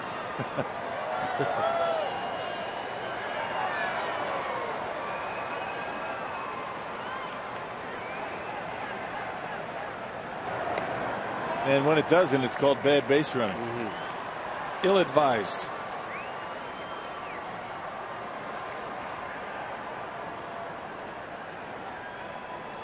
Matchup today between Roy Halladay and Tim Hudson in Atlanta. The civil rights game in Atlanta today. All tied at 2. Halladay's still in. That game's in the 7th inning. The 2-1 pitch. Lucroy fouls it back. That's the pitch you're talking about. You know, you lay off the breaking pitch, you work yourself into a hitter's count, meaning pretty good chance you're going to get a fastball. You get it. You get a good swing at it, but you foul it off. You see Jonathan a little bit upset with himself. He didn't hit that one hard somewhere.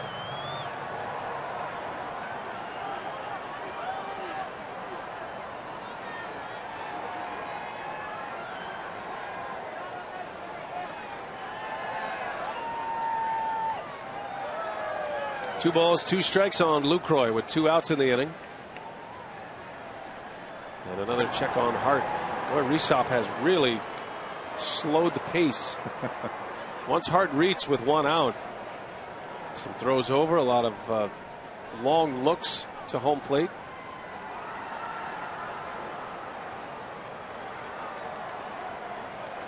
It's funny how speed can slow the game down at times. And another check on Corey. Yeah, Pirates convinced that Corey is going to try and run. He really hasn't shown any signs that he wants to go.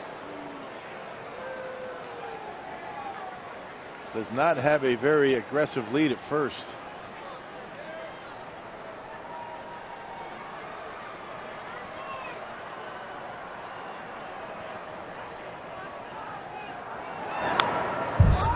Lucroy hanging tough. Got the Nationals hosting the Marlins today, 7-4 Washington. That's in the 7th.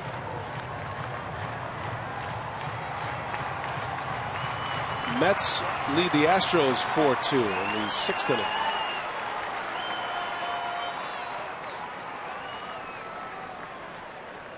Career numbers for Hart.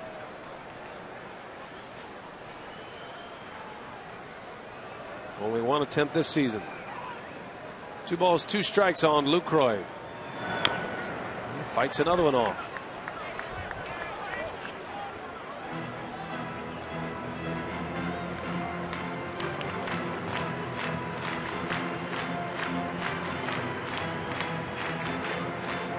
Lucroy trying to give this big crowd something to cheer about. Drove in a run with 2 outs in the 3rd inning. Now 13 RBIs. Lucroy's batting average at .325 after his double in the 3rd.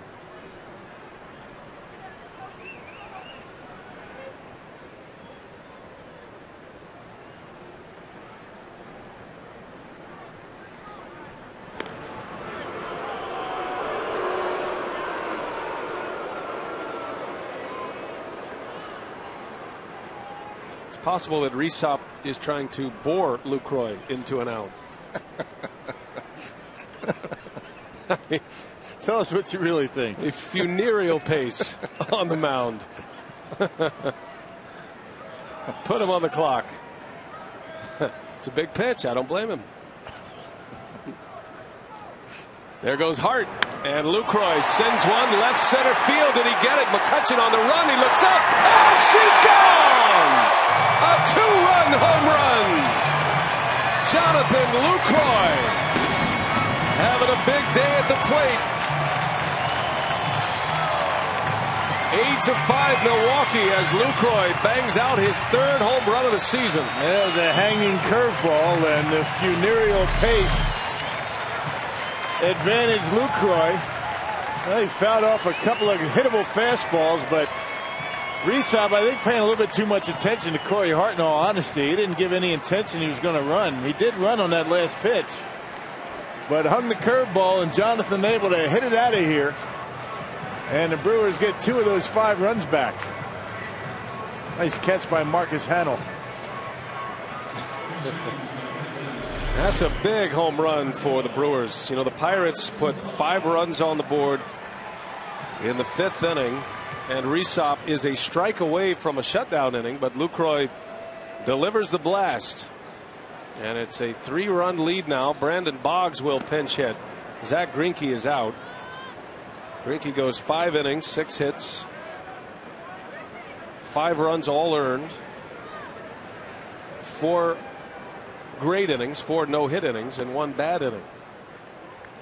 But his offense is there for him today. Both of Lucroy's hits coming with 2 outs, and 3 RBIs today for the Brewers catcher. I tell you, he keeps swinging a bat like that. He's never going to get out of that number 8 spot. All right, what an asset it is to be able to have a guy that swings the bat as well as Jonathan has so far down in the order. That's big.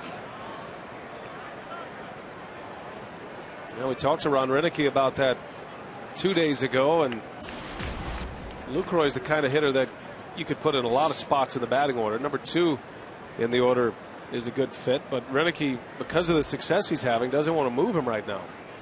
That's a spot that's producing for the Brewers. Managers don't like moving players out of positions where they are having success. And again, like you said early on, I mean, sometimes you move a guy into a different spot. He expects something different than what he's been providing, and you don't have to do that.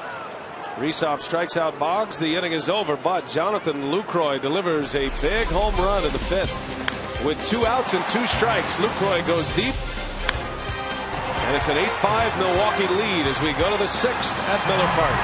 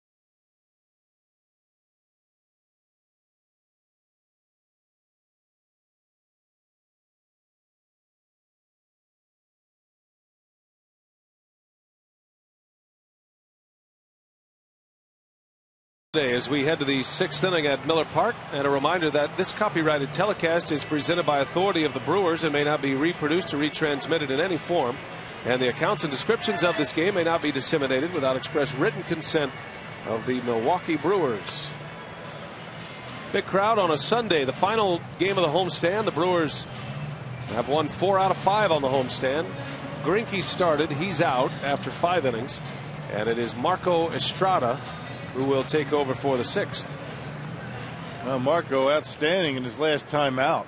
And last time he appeared, he pitched 2 scoreless innings, 6 up, 6 down, and always nice to have a guy like Estrada, a long reliever out in the bullpen in situations like this. Short start by Zack Greinke. Estrada against Neil Walker, and on the first pitch he bounces to Fielder for out number 1. Remember, it was Walker in a 12-pitch battle with Greinke, delivering a home run to start the 5-run 5th inning for Pittsburgh.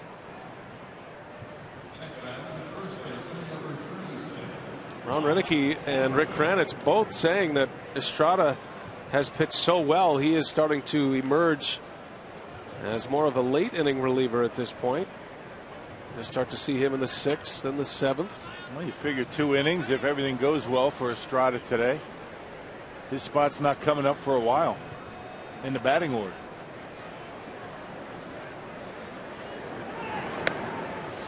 Has been unscored upon in his first 4 relief appearances this year.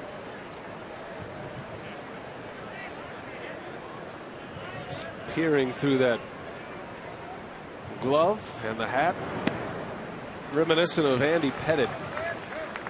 I was talking to Craig Counsell about Pettitte this offseason, you know, and he said, I always like to see, as a hitter, I always like to see the pitcher's eyes.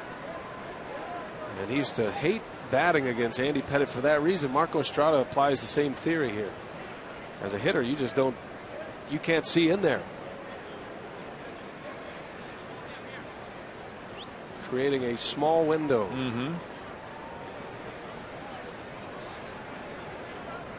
Kind of like that. I'm thinking about breaking that out for fantasy camp next year. Don't swing till you see the whites of his eyes. Well, you never can. That's right. Daniel Moscas loosening.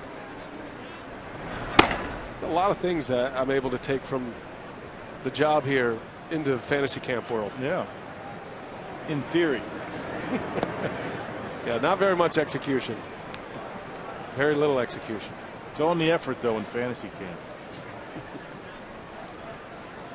It's all in the training room at fantasy camp.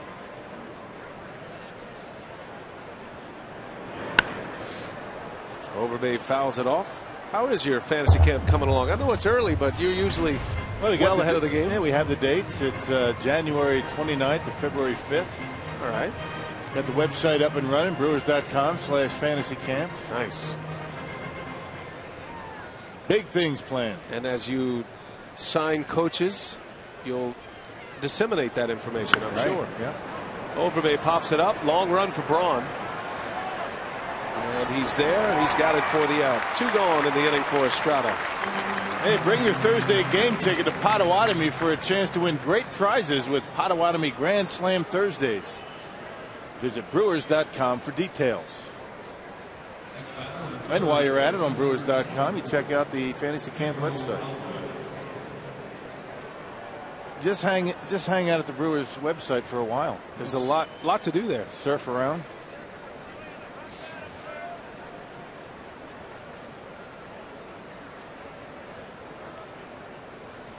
Two outs for Pedro Alvarez.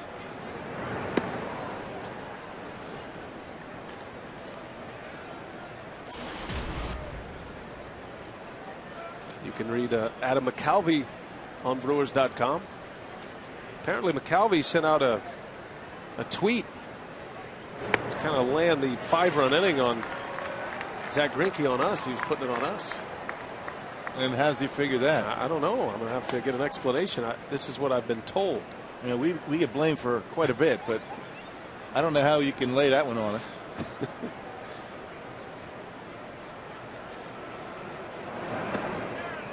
Spinner that missed. There's Adam McCalvy, hard at work, clicking away. He's a good man. Usually we catch him eating. And now he knows he's on camera. It's not so easy, is it? There's a base hit to right. Alvarez will settle for a single, a 2-out hit.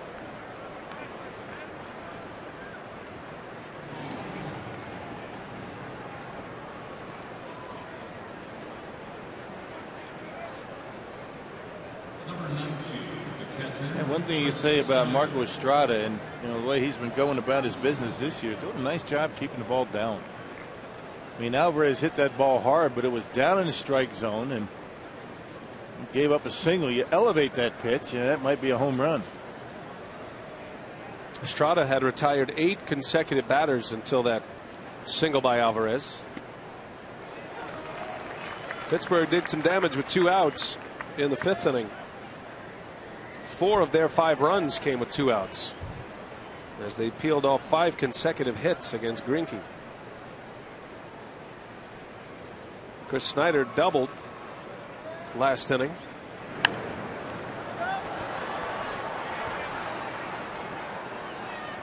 Snyder came up with the Diamondbacks. Arizona at the time had 2 of the top catching prospects in all of baseball, Chris Snyder and Miguel Montero.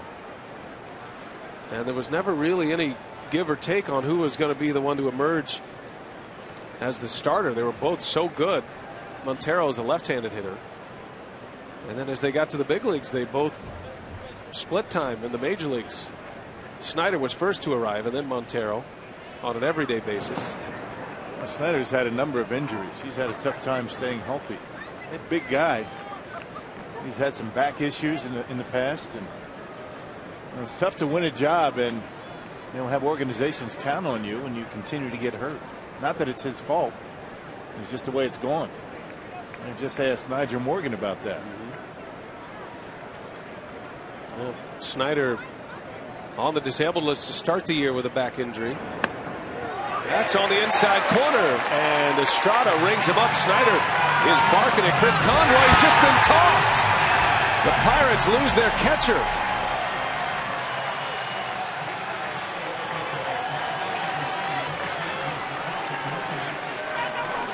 So Snyder ejected.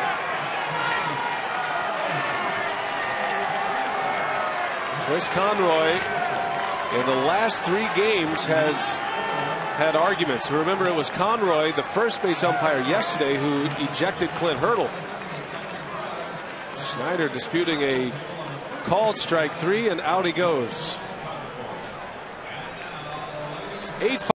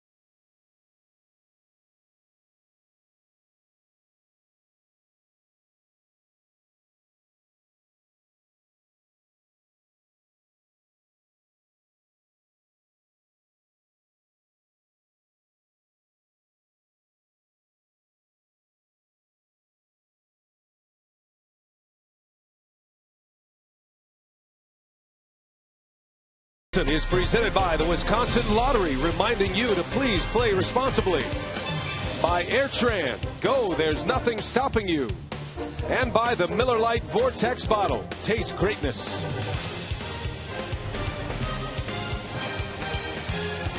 Some great images from the Air Force and the aerial show recently here in Milwaukee, and take you back to the last inning.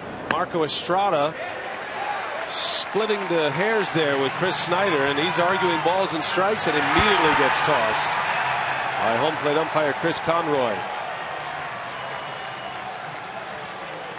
So Conroy with 2 ejections in this series. He has had to deal with arguments in all 3 games of this series. And the umpire is still convening here. There's a new pitcher and a new catcher. Daniel Moscas is in the game on the mound for Pittsburgh, and the new catcher is Ryan Doumit. Basically, it'll be a double switch as Snyder is out. Put the pitcher in Snyder's spot. Moscas will, or rather, Doumit will hit second in the 7th inning. And now Roenicke is out for an explanation. Not exactly sure what the situation is here. But the umpires come together after the ejection. They spent the entire commercial break in discussion.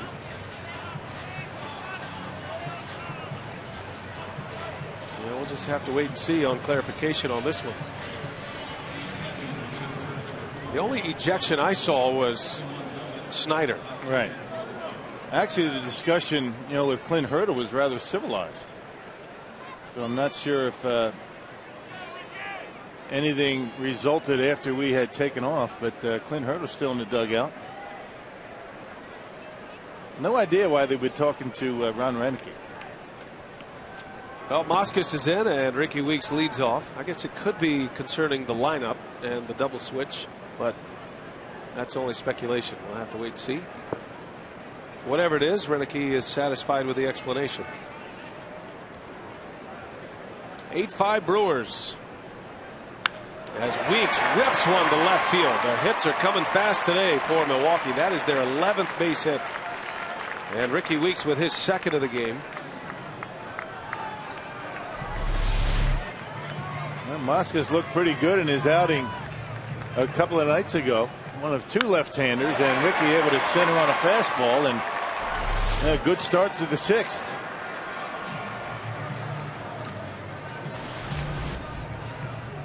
Carlos Gomez singled in the 1st inning. He walked in the 2nd. He scored twice. Continues to swing the bat well at Miller Park, hitting well over 300 in his home park. Weeks takes off. Swing and a miss. That's an easy steal for Ricky Weeks. Doumit had no chance. Got a huge jump.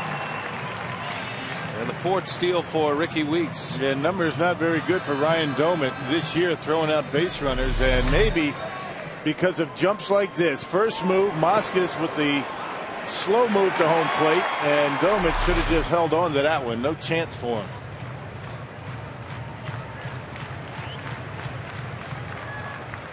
Now a base hit, the Brewers can add to their lead. Gomez is 1 for 2.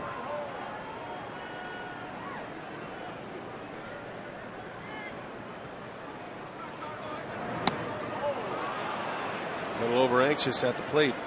Well, you can't underestimate the importance of the Jonathan Lucroy home run last inning. Pittsburgh had regained some momentum. They had scored 5 runs on Greinke, 4 of those 5 coming with 2 outs, and made it a ball game again. It was a 1-run game. Lucroy homers with 2 outs. As Gomez is down on strikes. So Doumit secures the strikeout. Gomez retired. Weeks still at second base. And here comes Ryan Braun, who has had a perfect day at the plate.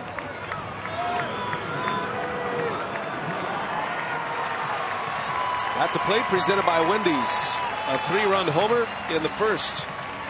His 12th homer of the year, which leads the National League. He tripled in a run in the 2nd inning. And then he walked in the 4th.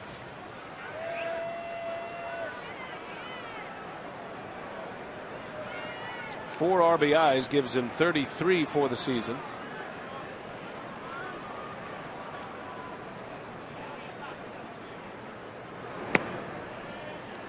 The league leader in RBIs is Ryan Howard with 35. Braun is currently tied with Lance Berkman for 2nd in the league. Phillies are in progress today in Atlanta.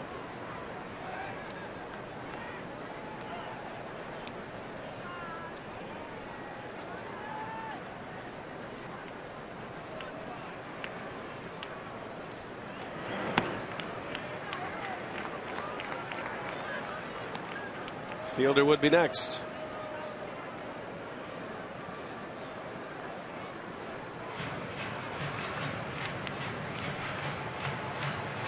Braun had a home run yesterday.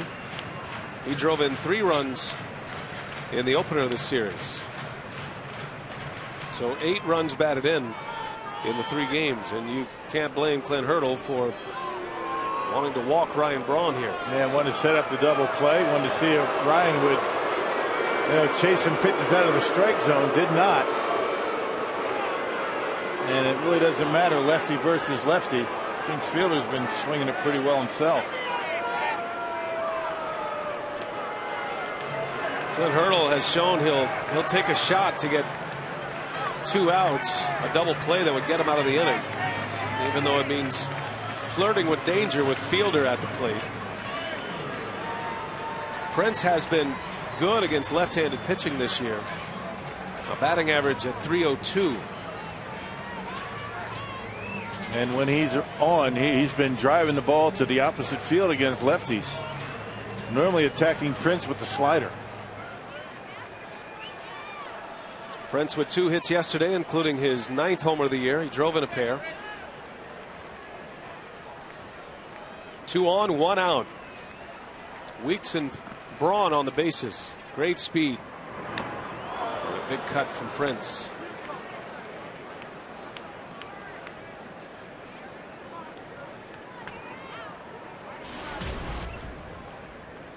Fielder is 0 for 3. He lined out his last time up. Slapped one to the opposite field for an out.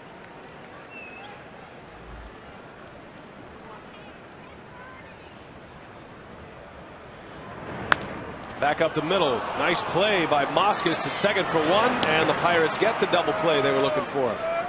Good play by the pitcher, and he starts a 1-6-3 double play to end the inning. 6 in the books at Miller Park. 8-5 Milwaukee. Pirates coming up. We go to the 7th.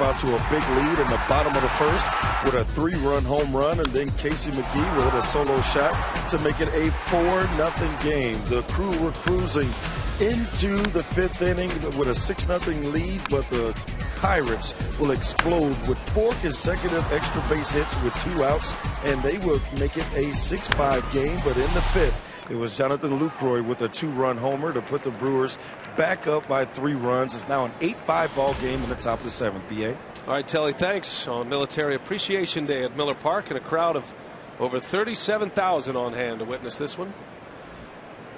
Good Sunday crowd to send the Brewers off on the road trip. Back here at Miller Park Friday nights. Just a quick one out west. As Marco Estrada deals a strike to Ronnie Cedeno.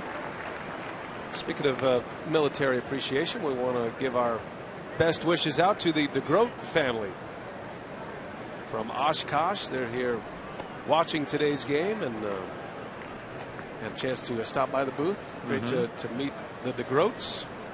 Yeah, lost a family member, son, in the war in Iraq back in '04. It was good to catch up with the families going through a tough time. So we say hello to the DeGroats and the rest of the military families in attendance here today. There's a strike called as Estrada rings up Ronnie Cedeno. Second strikeout for Marco Estrada.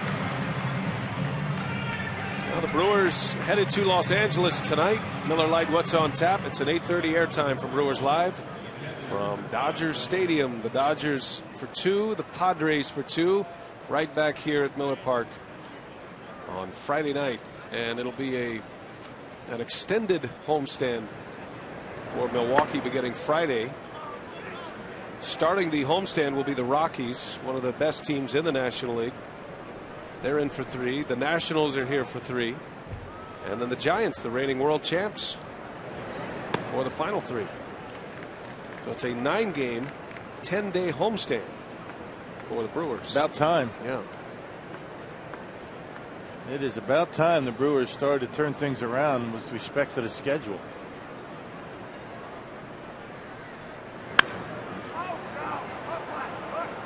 Ryan Doumit batting for the first time, sends one over to Braun, who runs it down.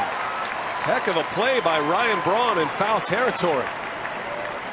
And he's assembling quite a highlight reel today. Getting a good jump on the baseball, and it all starts with a pitch, and Marco Estrada has been dead on with his location, and an easy catch for Brawny in foul territory. Braun with a couple of nice catches. He's driven in 4 runs at the plate.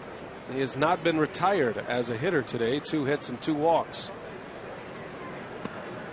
Estrada facing Andrew McCutchen back to the top of the order. McCutchen tripled in a run in the 5th. That was part of that 5-run inning for the Pirates.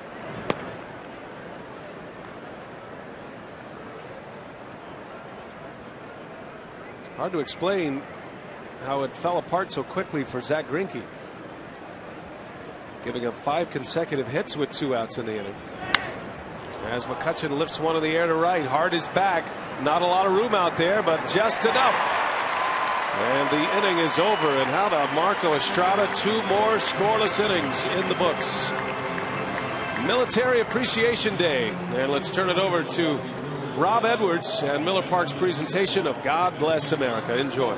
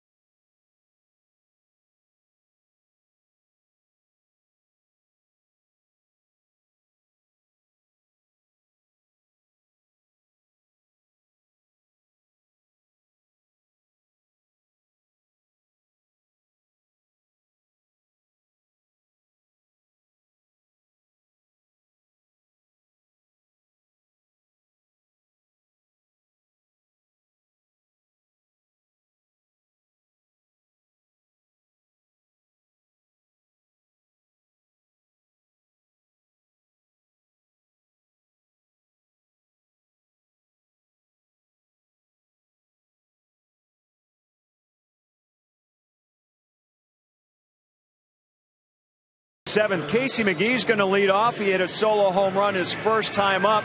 Interesting about the solo home runs. 14 of the last 15 for the Brewers going into today were solo shots. Today, 2 multi-run home runs after McGee's. Well, you know what? They've hit a lot of solo home runs, but today, as you mentioned, Ryan Braun with the 3-run homer, and then Jonathan Lucroy with the 2-run homer. Good to see him start doing that with men on base. And this is a game where they need it. Score 8-5 right now. So, Davey, now get ready for Brewers postgame coming up. Full coverage after the ball game, and our instructional BA, you're going to be a part of. Oh, wait a minute. That's not my contract. As McGee going to be safe at first. And that one goes into the seats. So Casey awarded second base on a throwing error from Pedro Alvarez. Alvarez made a nice play, but continues to struggle defensively. Yeah, a lot of times it's with the glove, sometimes with the throw, but a nice backhand pickup down the line, almost hit the bag, but had plenty of time to get Casey. Just short hop Lyle Overbay, and it was the in-between hop that got Lyle. Normally a pretty slick fielding first baseman. And yet another error charged to the Pirates infield. For Alvarez, that is his 7th error of the season. That is a boatload this time of year. Just 40 games into the schedule. So McGee at second base. Here's Corey Hart. Chance to drive in a run.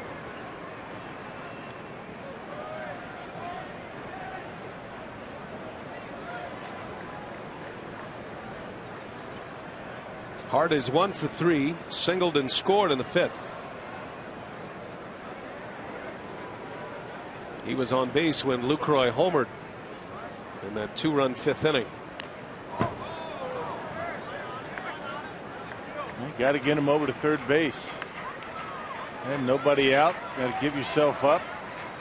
Get him to third. Get that insurance run in. Nice to get that 4-run lead. Can't say enough about the job that Marco Estrada has done for Roenicke out of the bullpen. 2 more scoreless innings today. Gives him 4 scoreless in the series against the Pirates. Adapting well to the bullpen.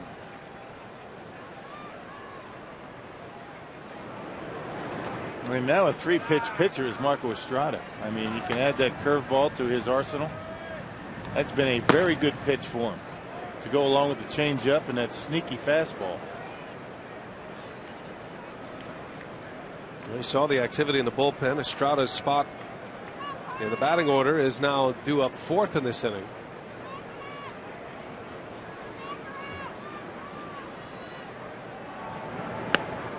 It's unlikely Roenicke would ask him to go a 3rd inning. He's comfortable sending Estrada out for 2 and then an off day and then 2. You don't want to burn him out, but Estrada's starting to be the best option down there right now. Right. And those are 2 huge innings that he was able to eat up, the 6th and the 7th.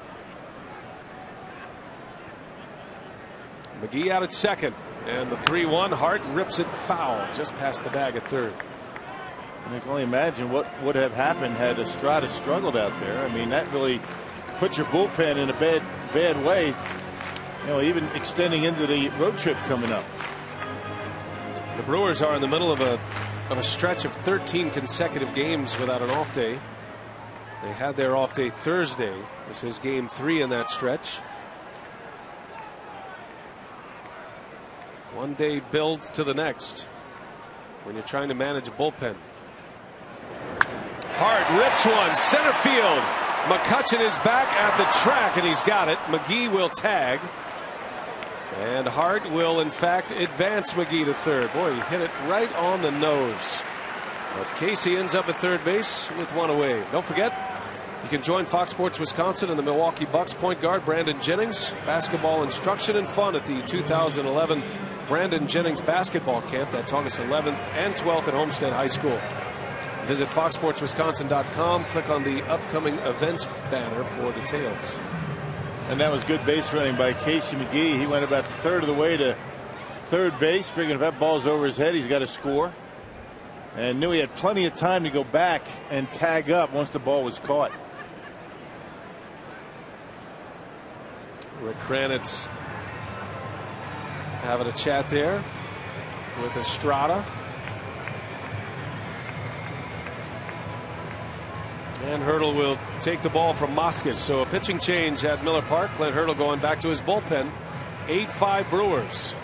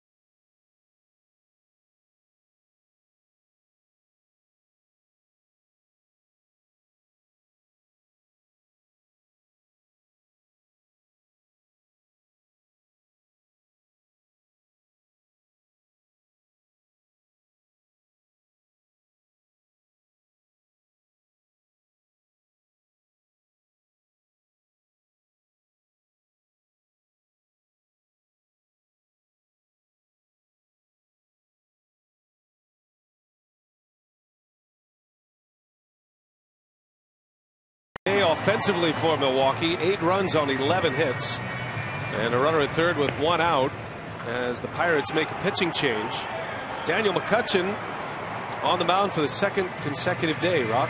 Well, he gave up a couple of runs yesterday in the ball game. Pitched an inning. Those are the only 2 runs he's given up all year. So he's been very good out of Clint Hurdle's bullpen.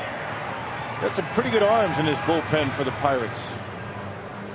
Have not seen the best of the arms because the closer has not been needed. Joel Hanrahan. He can bring it up there at about 98. Yeah, the Brewers are hoping to keep it that way. Figure Hanrahan would pitch today regardless. It's been a few days. Well, Hurdle is going to bring the infield in for the Pirates. Yuniesky, Betancourt with McGee over at third base. And a chance to add to the lead.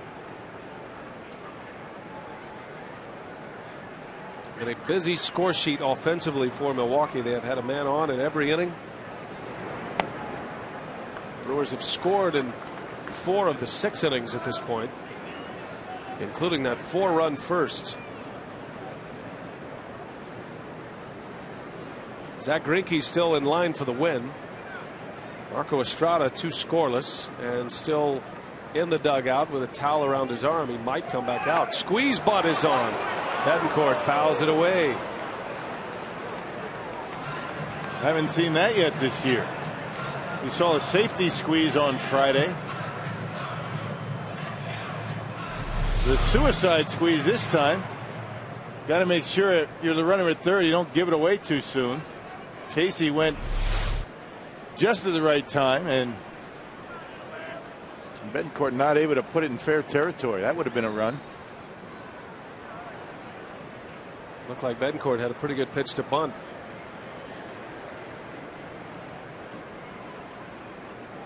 Would they dare do it again? There's the 1-1, and that one skips by Domet, and McGee will score the easy way. How about that? A wild pitch. Well, E5, a 2-base error. Then you have the fly ball that got Casey to third base, and now a wild pitch, so the Brewers score without a base hit. That ball's got to be blocked. I'll tell you, that could be a pass ball. Yeah, hit the dirt and the glove all about the same time, and Casey McGee able to score easily. Regardless, a play that has to be made by a catcher. Remember, Domet just into the game. Last inning came in for Snyder, who was ejected as Betancourt pops up. 2nd out of the inning.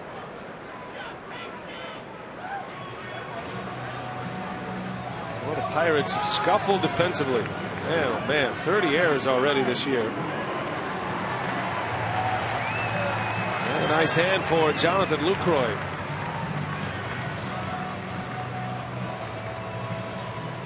Lucroy with 2 more hits today. A 2-run homer with 2 outs and 2 strikes in the 5th inning.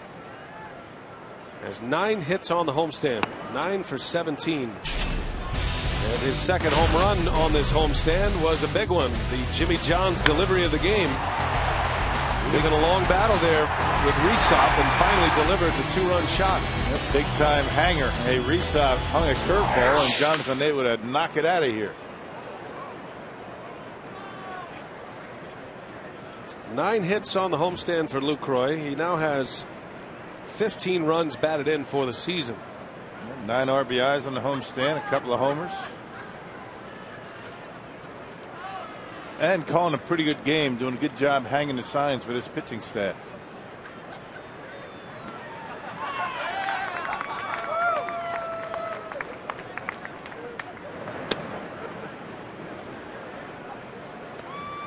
'24-year-old catcher.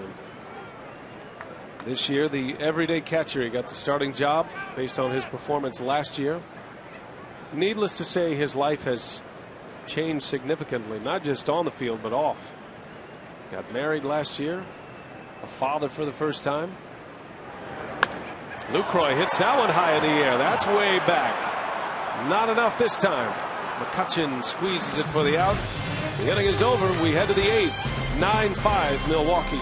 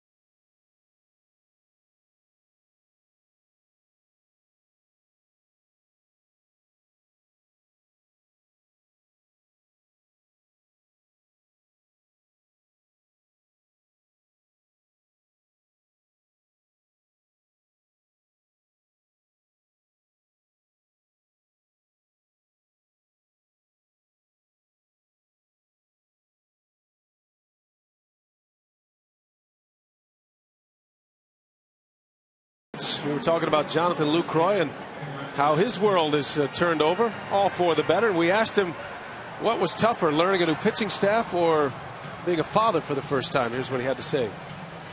Maybe good staff, for sure. Being a father, as you know, and it's real easy. It's easy to be a father. No scouting reports. I don't have to study for that. You look at that baby, and in case it's my daughter, she looks at me back and starts smiling. I mean, you know exactly what to do. It's easy, and it's love. It's the truest love you can have, I think. Call a pitch, gets knocked out of the ballpark. Pitcher's not going to be looking back at you smiling. That's right. That was good. Nice moment there. It was Bill Schroeder interview with Jonathan Lucroy. That might be one you hold for Father's Day. You might hear that one again as you see Cameron Lowe on the mound. 22nd appearance of the year for Lowe. And remember, Lucroy started last year in Double-A. How quickly things can change for you. Man, oh man. You know, you got the big injury to Greg Zahn last year. He's rushed, through Triple-A into the big leagues, on-the-job training on a lot of different fronts. Has a baby, gets married in the big leagues. A pile of paperwork to go through before every game. Done a nice job. And he has brought his bat with him to the ballpark this year. living up to his reputation through the minor leagues as a good hitting catcher. 2 hits today for Lucroy, and maybe the biggest hit of the day, that 2-run homer in the 5th.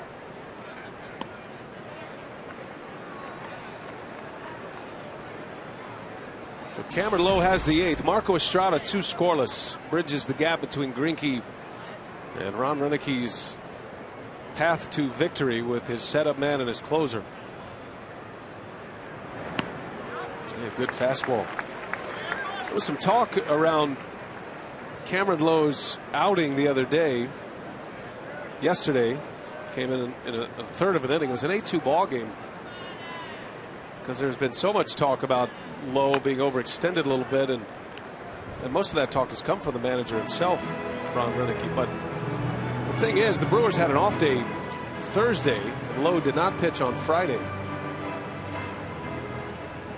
And Roenicke does not like to have Lowe go more than 2 days off. Lowe doesn't need that either, just the kind of pitcher he is, and that's the reason that power sinker. Tabata is out on strikes. You got to treat sinker ball pitchers a little differently. I know Ken Maka dealt with Todd Coffey in much the same manner. You can't let him go too long without pitching. Yeah, pitches have a tendency to flatten out the more velocity that you have, and you get a few days off, you feel a little bit too good. Now, with this appearance today, Cameron Lowe now tied for the National League lead in appearances with 22.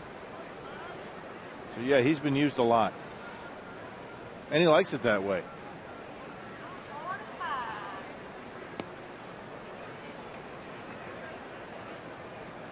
Now the danger zone for Cameron Lowe, and as Rick Kranitz maps out his days, it's when you get into that 3rd day, that 4th day in a row. That's what they'll try to avoid from here on out.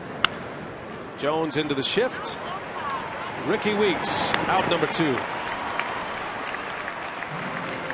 And when you think about it, when you have 8 pitchers down in your bullpen, you really shouldn't have to be concerned too much about using one guy 3-4 days in a row. But it's already happened with Lowe. That was before that off day on Thursday. But let's be honest, there are pitchers in the bullpen that a manager is comfortable using late in games in key spots. The Brewers have 8, but they have a lot of pitchers who are covering the middle type innings or long relief. I mean, you've got Estrada and Sergio Mitre. Estrada's kind of moving out of that long relief role with the way he's pitching. But you have guys early. Even relievers have their roles, and once those innings pass, unless you get into an extra inning situation. And the good thing about having to make the decision to use Lowe on a number of days in a row, it means you're in close games and you usually have the lead. And that's always a good scenario.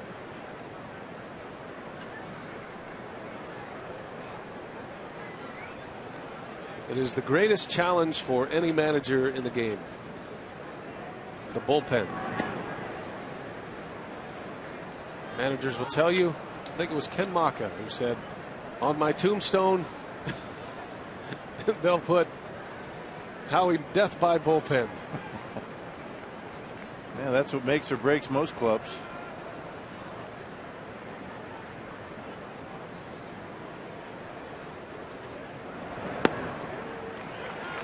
Speaking of the former Brewers manager, he was in some ways the inspiration behind our Military Appreciation Day. Maka always wanted to support the military with some kind of remembrance, either uniforms or today it's the caps. As Lowe walks, Neil Walker. Yeah, the t-shirts today. Well, the first organization that really started to do that was the San Diego Padres. We're going to see them on Wednesday and Thursday. Yeah, designate a certain section on every Sunday. They give tickets to the military. They wear the camouflage uniforms from time to time.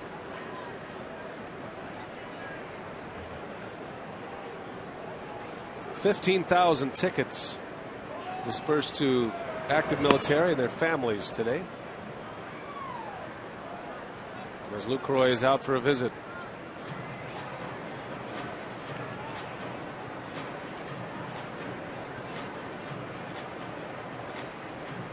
Yeah, as tough as it is on our men and women serving our country, it's somewhat just as difficult for the families that are back at home wondering how they're doing.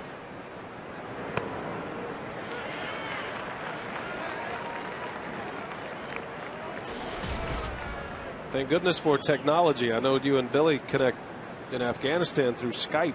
That is a great piece of technology that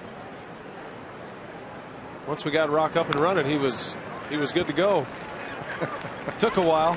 Yeah, first time we did that, you know, Billy called me on Skype. I answered it, but I couldn't get my microphone to work. You know, the technological genius that I am. Right away I called BA and get down here right away and help me get this microphone going, which he did, and I appreciate that. There's only so many times you can punch that thing before it completely falters. That's not a call you want to miss. No, not at all. Nicely done, Cameron Lowe. Scoreless 8. We head to the home 8. Brewers coming up.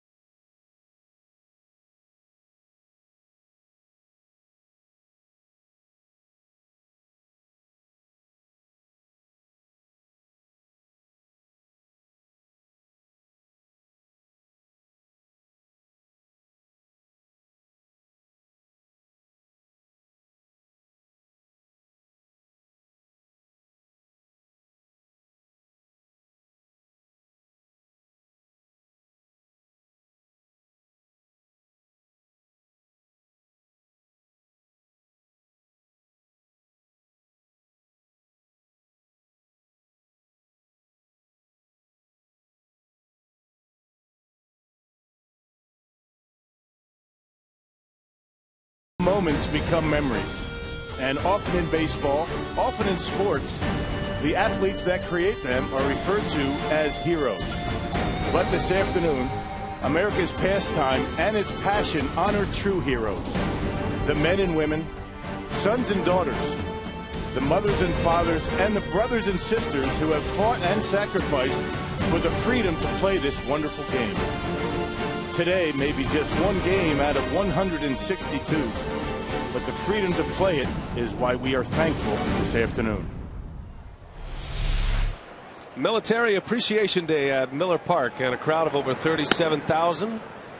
And the camouflage hats being worn by both teams today. We appreciate the Pirates joining the Brewers in that regard. Craig Counsell leads off. It is 9-5. Milwaukee trying to get out of here with a sweep. By the way, we encourage you to go to USO.org. It's a great way to get involved. You can click on the local chapter, the Wisconsin chapter, wherever you're from. It's a great way to help out and help out our servicemen and women who are currently active right now, and learn how you can strengthen the military families as well. So USO.org. It's a group that we strongly endorse and we're heavily involved with. Yeah, that's the organization that got us to see the troops at Walter Reed, and they do marvelous work. You know, it's amazing that you know, the troops overseas need the basic essentials of life, you know, toiletries and things like that. You know, the USO can provide an opportunity for you to help them, send some care packages overseas. They say the food's pretty good, but nothing like a care package from the States.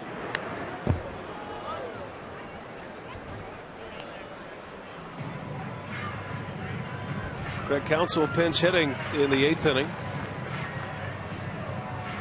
Brewers jumped out to a 6-0 lead today behind Zach Greinke. Greinke retired the first 10 he faced, gave up a walk, then got a double play. He was at the minimum with 4 no-hit innings until things kind of fell apart in the 5th. As Counsell draws the walk and a base runner to start the 8th inning for Milwaukee. Pirates scored 5 in the 5th, 4 of those 5 runs with 2 outs. Greinke threw nearly 50 pitches in that inning, and that was his last inning. But a quick answer. Lucroy had the 2-run homer with 2 outs in the bottom of the 5th. The Brewers have added 1 more, and they lead 9-5. Greinke in line for his 2nd National League win. Zach Greinke's next start will be Friday right here at Miller Park against the Rockies. So if you haven't had a chance to see him pitch, we encourage you to go to Brewers.com and join us. Weeks a chopper to short. Cedeno goes to the bag himself and gets the lead out. Weeks will reach on a fielder's choice.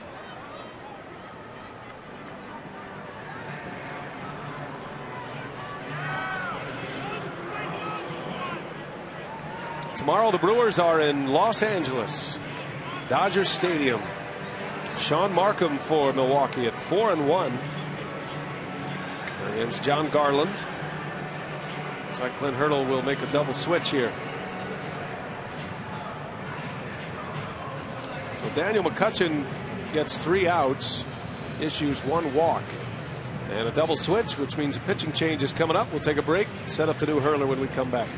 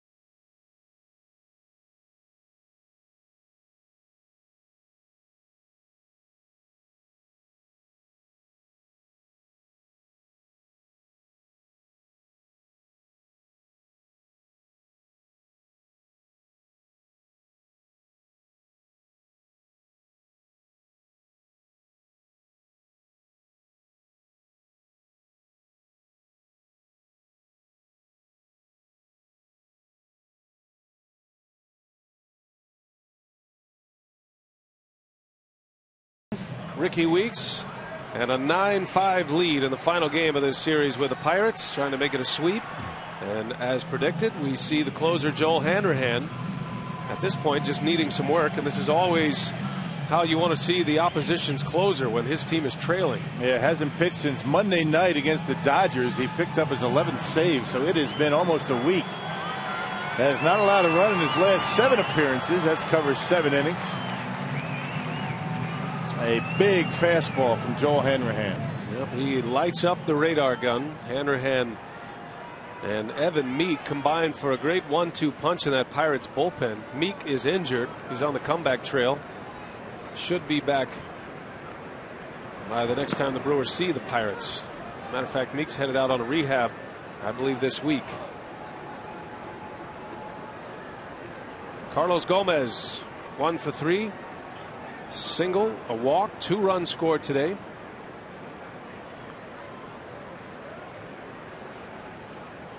There goes Weeks, and a swing and a miss. Throw to second is late. Ricky Weeks with his 2nd steal of this game. That is number 5 for the year.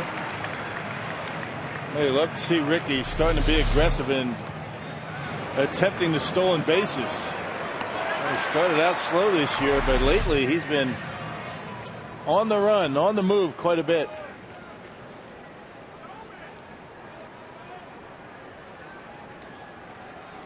Now Gomez a chance to drive in a run. The Brewers have 9 runs on 11 hits today.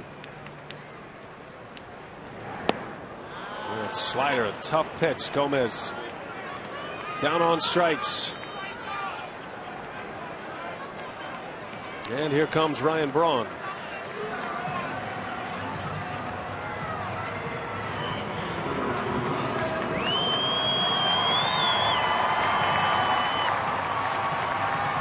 Braun has not been retired today. 3-run homer in the first. He tripled in a run in the second. And then 2 walks. The last walk intentional. 4 runs batted in for Ryan Braun.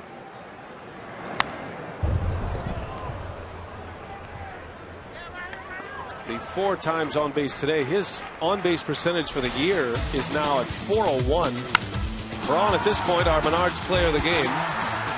Jump started this offense in the first inning before there was an out. A 3-run homer off Kevin Correa. And then the triple in the second inning. Plated Carlos Gomez. Gomez scoring all the way from first. Big cut from Braun. 96-mile-an-hour fastball from Hanrahan.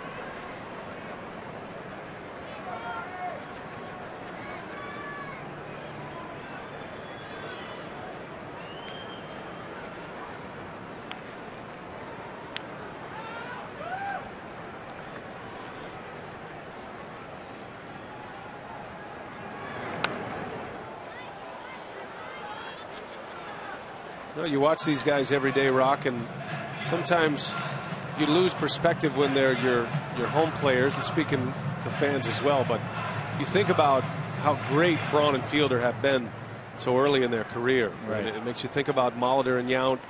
Makes you think about Eddie Matthews and Hank Aaron. I mean, the kind of duo that Milwaukee has seen rare glimpses of. And any franchise for that matter. Right, You see 2 players have this kind of success. Yeah, I mean, the 1-2 punch that they provided for as long as they've been able to do it. I mean, you take the month of April, for instance. I mean, there aren't too many times that any franchise can say that 2 players were as hot as they were both at the same time. Ryan Braun was the player of the month in the National League for the first month of the season. Got off to a slow start in May, but he has quickly reversed that in the second week of May.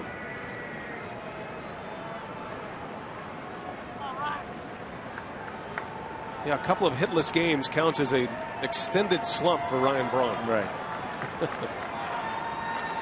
The 1-2. And he misses inside with a fastball. Well, in the month of April alone, he was on base safely almost twice a game. Averaged almost twice a game reaching base. Now Braun set the franchise record for consecutive games reaching base to start a season. He passed Robin Yount.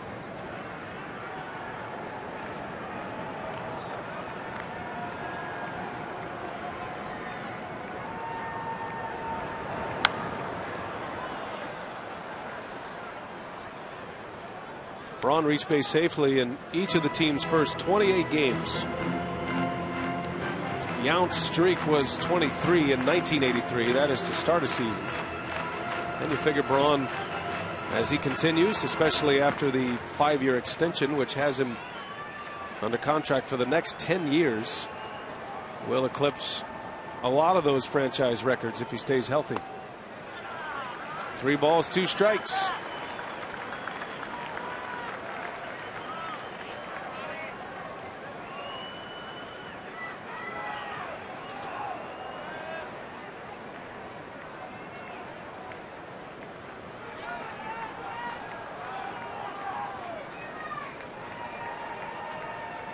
Chance at an RBI. Braun with Weeks at second. And a bouncing ball right to Brandon Wood. And the inning is over. To the 9th we go. 3 outs away from a sweep. Here comes Axford.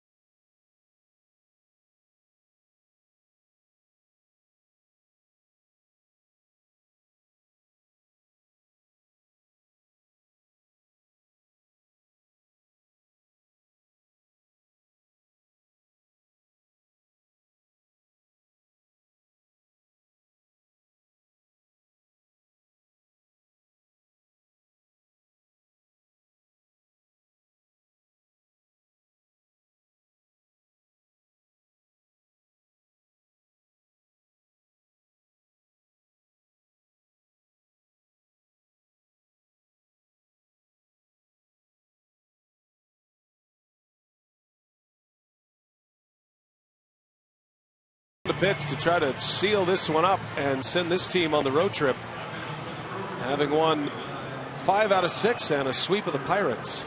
Yeah, he pitched on Friday, picked up his 8th save of the year. He pitched a scoreless inning with a couple of strikeouts. Has not allowed an earned run in 9 home games this year. And he's got all 8 of his saves here at Miller Park.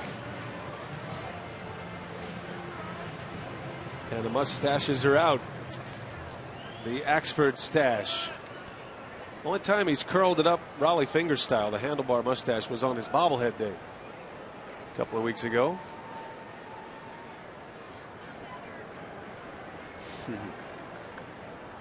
So Axford to face Pedro Alvarez to start it.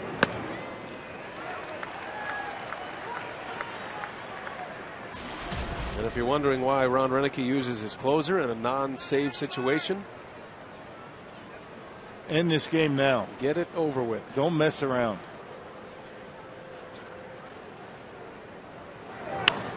And Alvarez rips one back up the middle, a base hit. So Alvarez with 2 hits.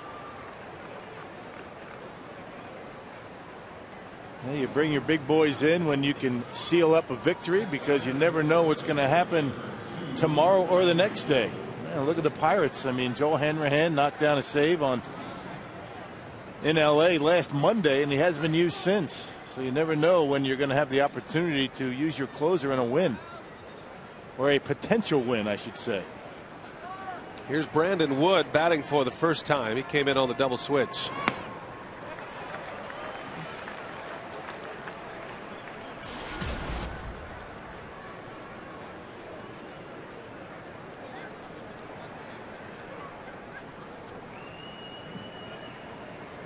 A 4-run lead for Axford. Well, that didn't miss by much.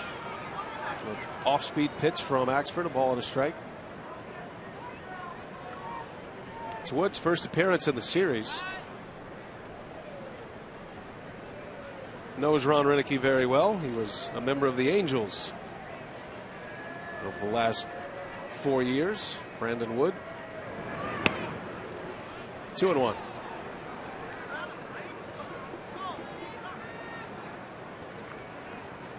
This is the other side of the baseball story. Scouting is not an exact science. Wood was a first rounder in 03, and he was a big prospect coming up through the Angel system. Just never panned out for Wood as an Angel. 3 balls and a strike. Yeah, Axford going breaking ball down in the count 2-1.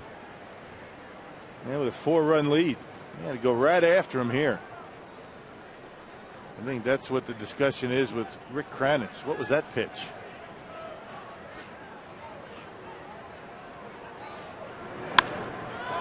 In the air, right field. Hart coming in. Weeks going out, and that ball's going to fall. A base hit.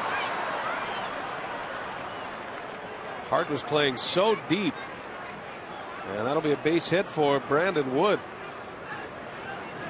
Well, you don't like the way this inning has started. Well, that ball is up in the air an awful long time. Yeah, Wood pops it up. You can see where Ricky Weeks is. That's why he's not able to get there. Ordinarily, Ricky's going to be able to make that play down the line short right, but he was playing up the middle, and nobody even came close to it.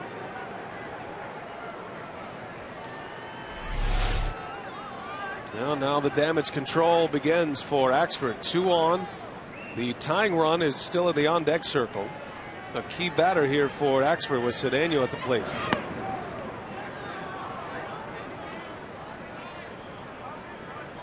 Cedeno doubled, scored a run, drove in a run in the 5th. Part of that 5-run inning. That's the only inning the Pirates have scored in this game.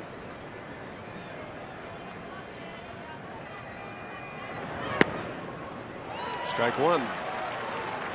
Conroy's like that low strike all day. He called a low strike on Overbay a couple of times.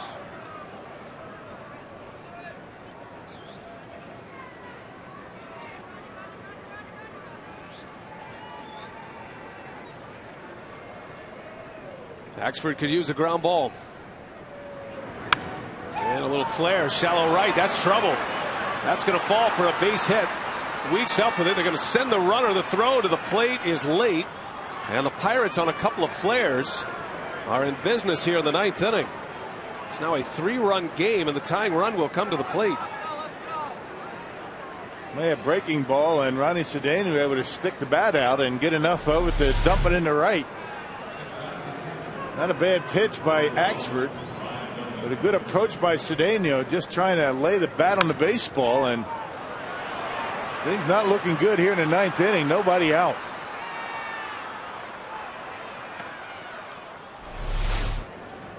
And a dangerous power hitter at the plate in Ryan Dolman.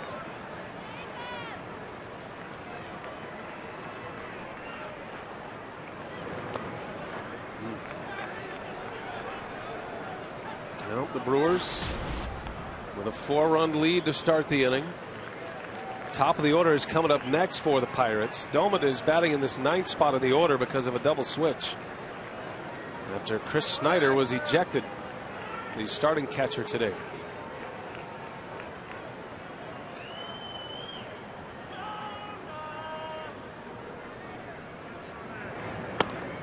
Two and 0. Now Prince Fielder's going to come in and try and calm John Axford down a little bit. He's made some pretty good pitches in this inning. You know, the pop up by Brandon Wood. Ordinarily is going to be an out without the shift. A little flare on the right, a good pitch with a slider. He's got to keep pitching his game. Sooner or later, they're going to hit it at somebody.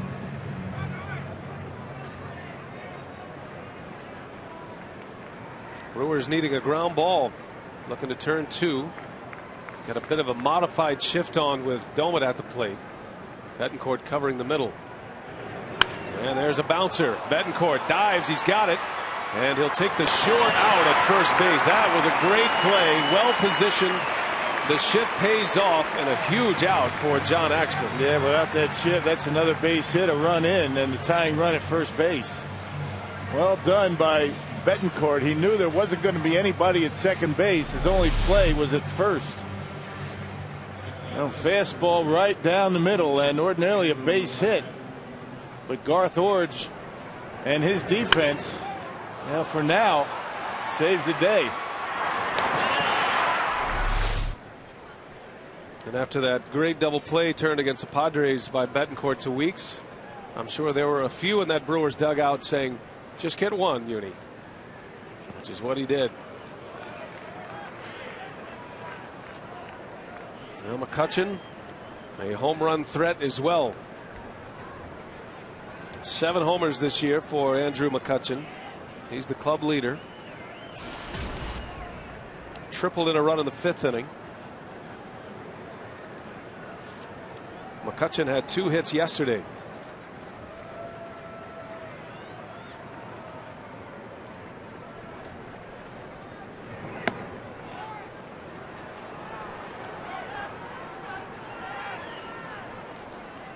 Pirates have a run in on 3 consecutive hits to start the inning. It's Wood over at second. Had a flare single. Cedeno a flare to right as well.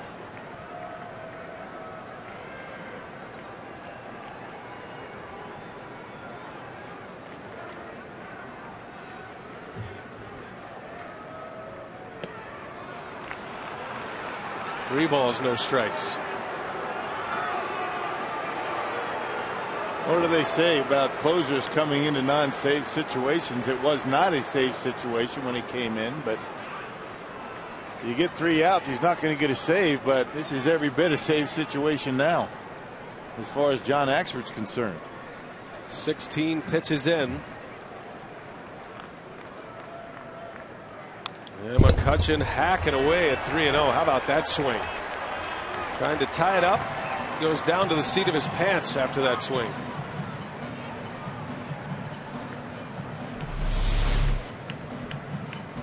Well, trying to tie it up with one swing right there and loses his balance. Talk about a big uppercut, huh?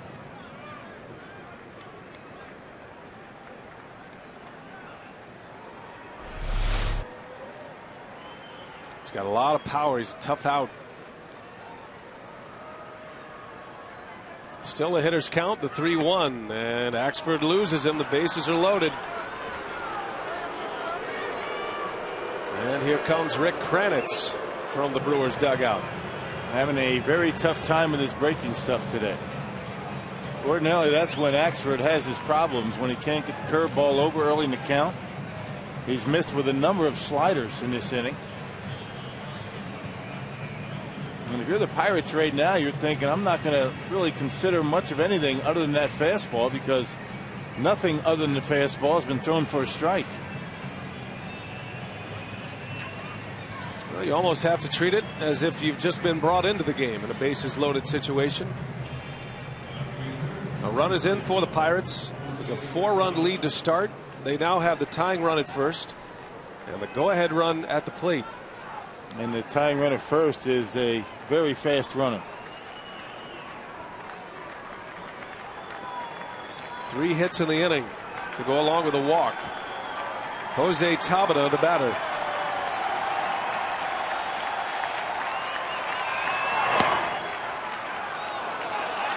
Where was that? Goodness.